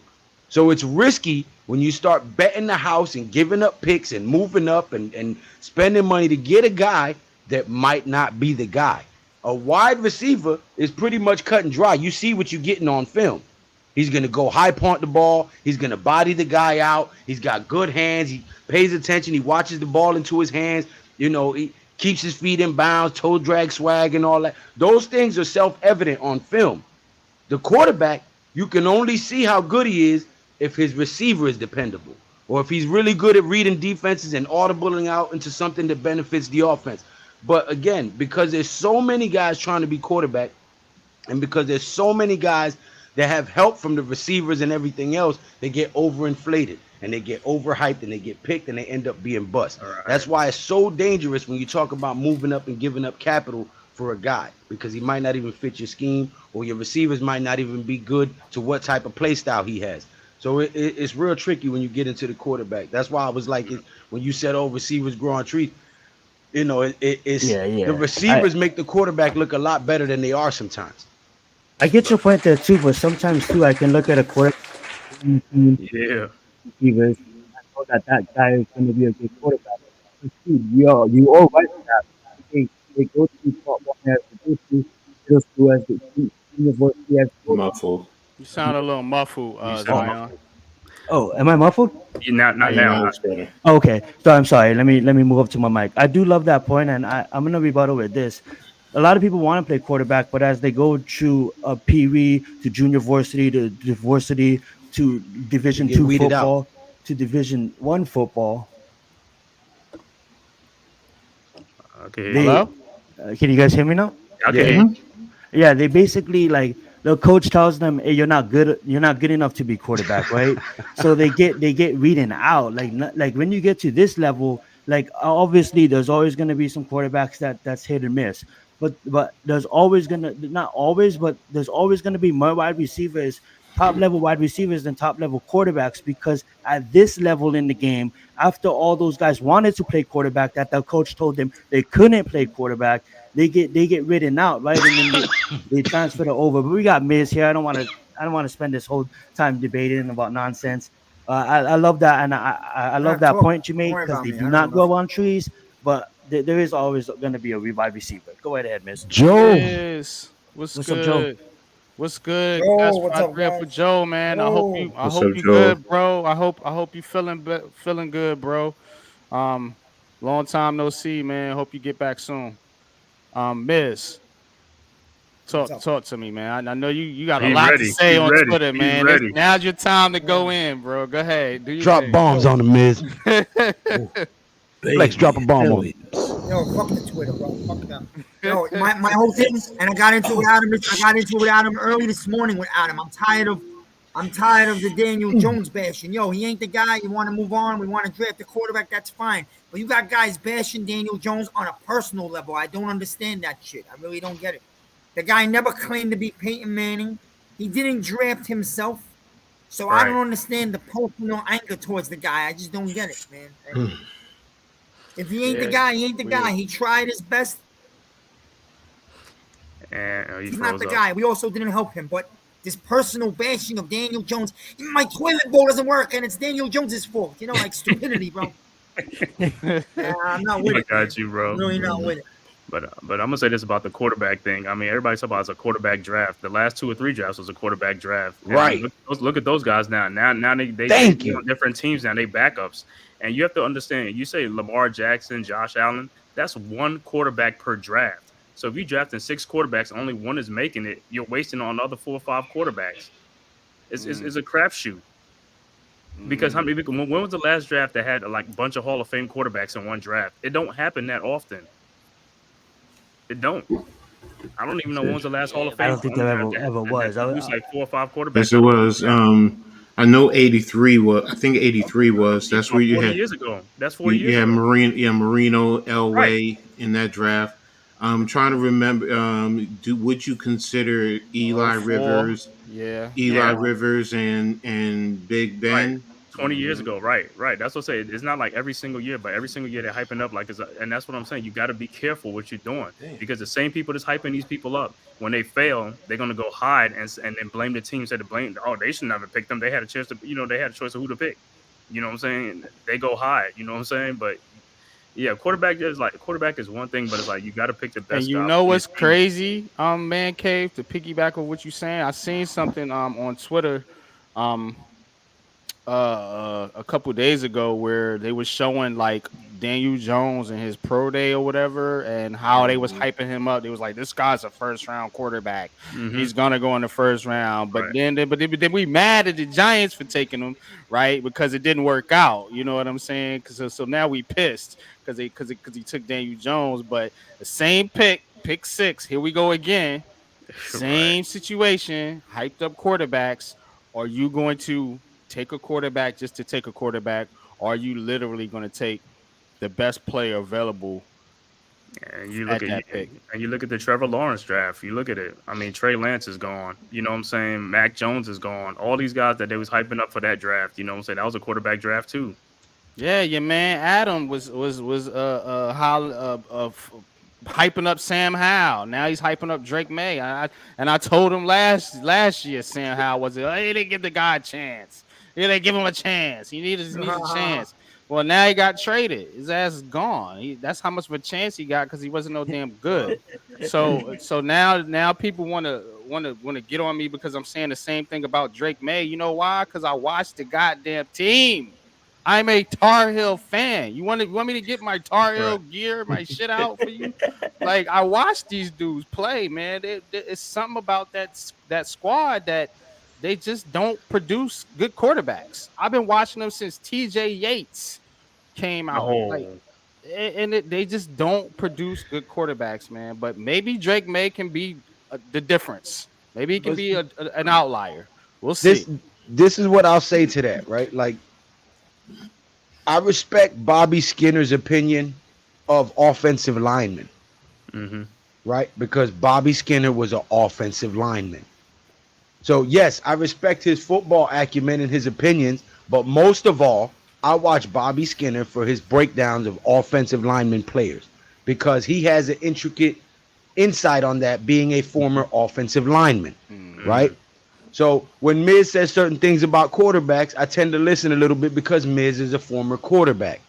You see what I'm saying? So as a former boxer, when people want some insight as to why this guy's getting caught with the left hand repeatedly, I can tell you why. Either he's dropping his guard, he's leaving his face up and out, or he's not stepping away out of range. So you respect people for their knowledge and insight on particular fields or positions, right?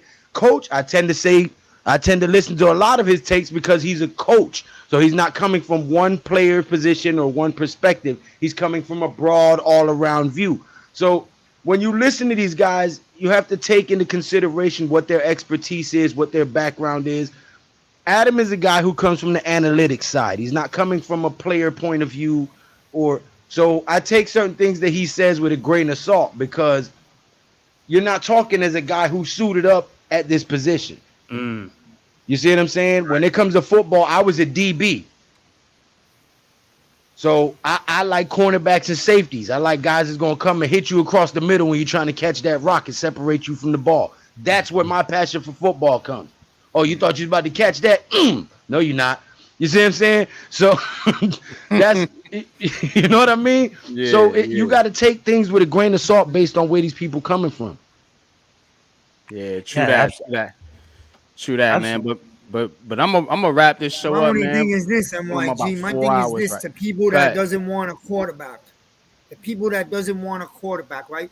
And I agree. You can't be like, yo, just give me any quarterback. I'll take the 8th guy. No. That's not how you draft a quarterback. You better narrow it down to the 1 or 2 guys that you love to death. But the thing is this: if you don't want a quarterback this draft, cool. You want to build a roster and get it ready for the future. And let's see one more time, maybe Jones could do something. Okay, that's cool. But my one thing is this, man. If the Jones thing don't work out, you looking down the road, and I don't want to hear this thing about, some new quarterbacks are going to emerge next year, because I don't buy into that. Yo, it could be a couple of years that we don't find that right quarterback. But you also worry about that. But your team will be built up, and then when you do get the chance to get that quarterback, now you can make some trades and trade. You know what I'm saying, to get the quarterback, because that's all you're missing. You see what I'm saying? Then you have a roster. You see what I'm saying? Good, man. But you know something, right? But you know something, right? It's easier to say that than to do that, right? You know. Hey, I totally understand, but that's what I'm saying. That's what the front office, if they talk to the owner, they be like, "This is what we're gonna do," because these guys have a plan. They have a plan behind the scenes. You know what I'm saying? They're like, "This is what we're gonna do to build this team up," and then next, this is how they lay the foundation, the groundwork for their team. You gotta do it right with the first way. You gotta do it the right way. Yeah. I will say this for the record. My point. I don't want to keep on repeating it, but I wasn't comparing these quarterbacks to your Josh Allens of the world. What I was saying is it's harder to find a quarterback. It's harder to find a quarterback to reach that level. And in this year, if you have a gamble with 6, right? Like you said perfectly, Man Cave, there's only like 1 or 2 in other drafts. This year, people, the media, everybody, I have to be honest with you guys. I was high on Trevor Lawrence. I think he's still going to be great in this league. I was high on Tua. Obviously, Joe Burrow came out of nowhere, so I don't want to claim Joe Burrow. I didn't expect that. I was high on Bryce, and I was high on CJ. But I was really high on Caleb's, obviously, because I'm a SC fan. I was really high on Herb. I'm always on that. I looked at what the Tar Heels had. They didn't have anybody that was up to Alabama standards, Michigan standards. They had lack of a team. And what Drake May was able to accomplish with the lack of ribbons, he accomplished though. Zion, he didn't win a bowl game. He didn't do shit. I don't look at. I just look at his mechanics and what that could translate to the NFL. But we'll see what happens. That being said, I'm with Miz. I'm with everybody that's saying that you don't just go out there and you don't just get your quarterback just to get a quarterback. If you love your guy, you take him. What's up, Dash? Because they're harder to find than stud receivers. I'm gonna just end my point on that. Quarterbacks are way more harder to find than receivers in this league. Mm-hmm. Nah, you're right. And the reason, nobody's arguing that, Zion. And for that reason, Zion, you have to be careful. You have to be careful when you're choosing one, though. You know what I'm saying? You can't just pick anyone because they're so hard to find. You can't just take one just to take one. You have to be very pinpoint in your evaluation of the quarterback and what he's going to bring to your team and what kind of system. Because when you miss on the QB, yeah, that's the worst miss. That's it. It's a wrap. If you miss on a receiver, you can replace it. You miss on a running back or something, you can. When you miss on a QB, not in New York, we give them 6 years, bro. Other teams give them 2. We give them 6. So if we better give this quarterback 6 years, I'm gonna end with that. You want to give this deer in the headlights? Let me ask you a question. Not gonna bash his personal life because he deserves to live, but on his football life, you deer in the headlights. We gave you 6 years. No, but that's because we had a dysfunctional front office. You have to look at that too. It's not like we had a great front office that gave him 6 years. It was a dysfunctional front office. Great front line, right? And that's or what a great coach, or a great offensive scheme. Yeah, we had Jason Garrett for 2 fucking seasons. Are you kidding me? We're not gonna count those. We gave him 4 years. I know I'm not comparing him because Josh Rosen sucks, but Josh Rosen didn't get the benefit of the doubt. He's out real quick. Look at Justin Fields real quick, and they developed his ass real quick. Look at Mac Jones real quick. Like, they don't get the benefits of the doubt. It's the NFL. It's a big boys league. I'm apologizing. Yeah, but none of them had to deal with this guy. So I don't want to hear shit about 2 of them years. Hey, I like the clapper. No, I'm just joking. I'm joking. He went to the bank. Oh man. Well, good show, y'all, man. I'm gonna have to get out of here though, man. I got some BI to take care of, man. But appreciate everybody for joining in, man. Go sub up to everybody on the panel. You know what it is. Big Blue Crew in the building. We got Big Bro, Lou, G Nation Inside Sports, Leather to the Face. Yes, y'all already know what it is, man. Got Miz in the midday, man. Always giving his opinions on the New York Giants, man. Of course, we got Zion Zenith, him, Mac, and Adam over there with Premium Takes. Love that show. Shrooms. You already know what it is. And of course, Man Cave, man. Go sub up the Man Cave too, man. Excellent podcast you got over there too. And always my bro, Coach Ed, man. You can catch him. Coach Ed's amazing world of sports, man. Always dropping that knowledge. Yeah, sprinkle a little game on you from now and again. But appreciate each and every one of y'all for coming out, man. This was an awesome show, man. I'm glad to be back. Glad everybody back. Big happy birthday, Chad. And we're gonna roll out, man. But appreciate y'all, man. And until next time, man, we're gonna hit y'all with the trailer. Miz, hang back for the after the stream.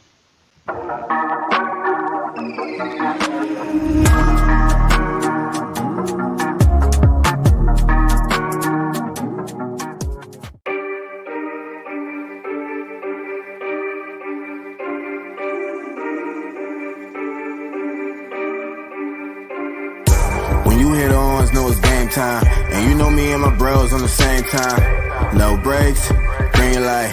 No breaks, I got the green light.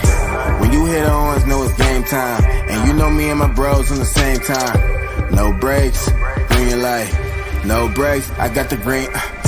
We gon' tear it down, tear it down, tear it down, yeah. We ain't going out, we ain't going into town, no. Money ain't the mission, no, we coming for the crown.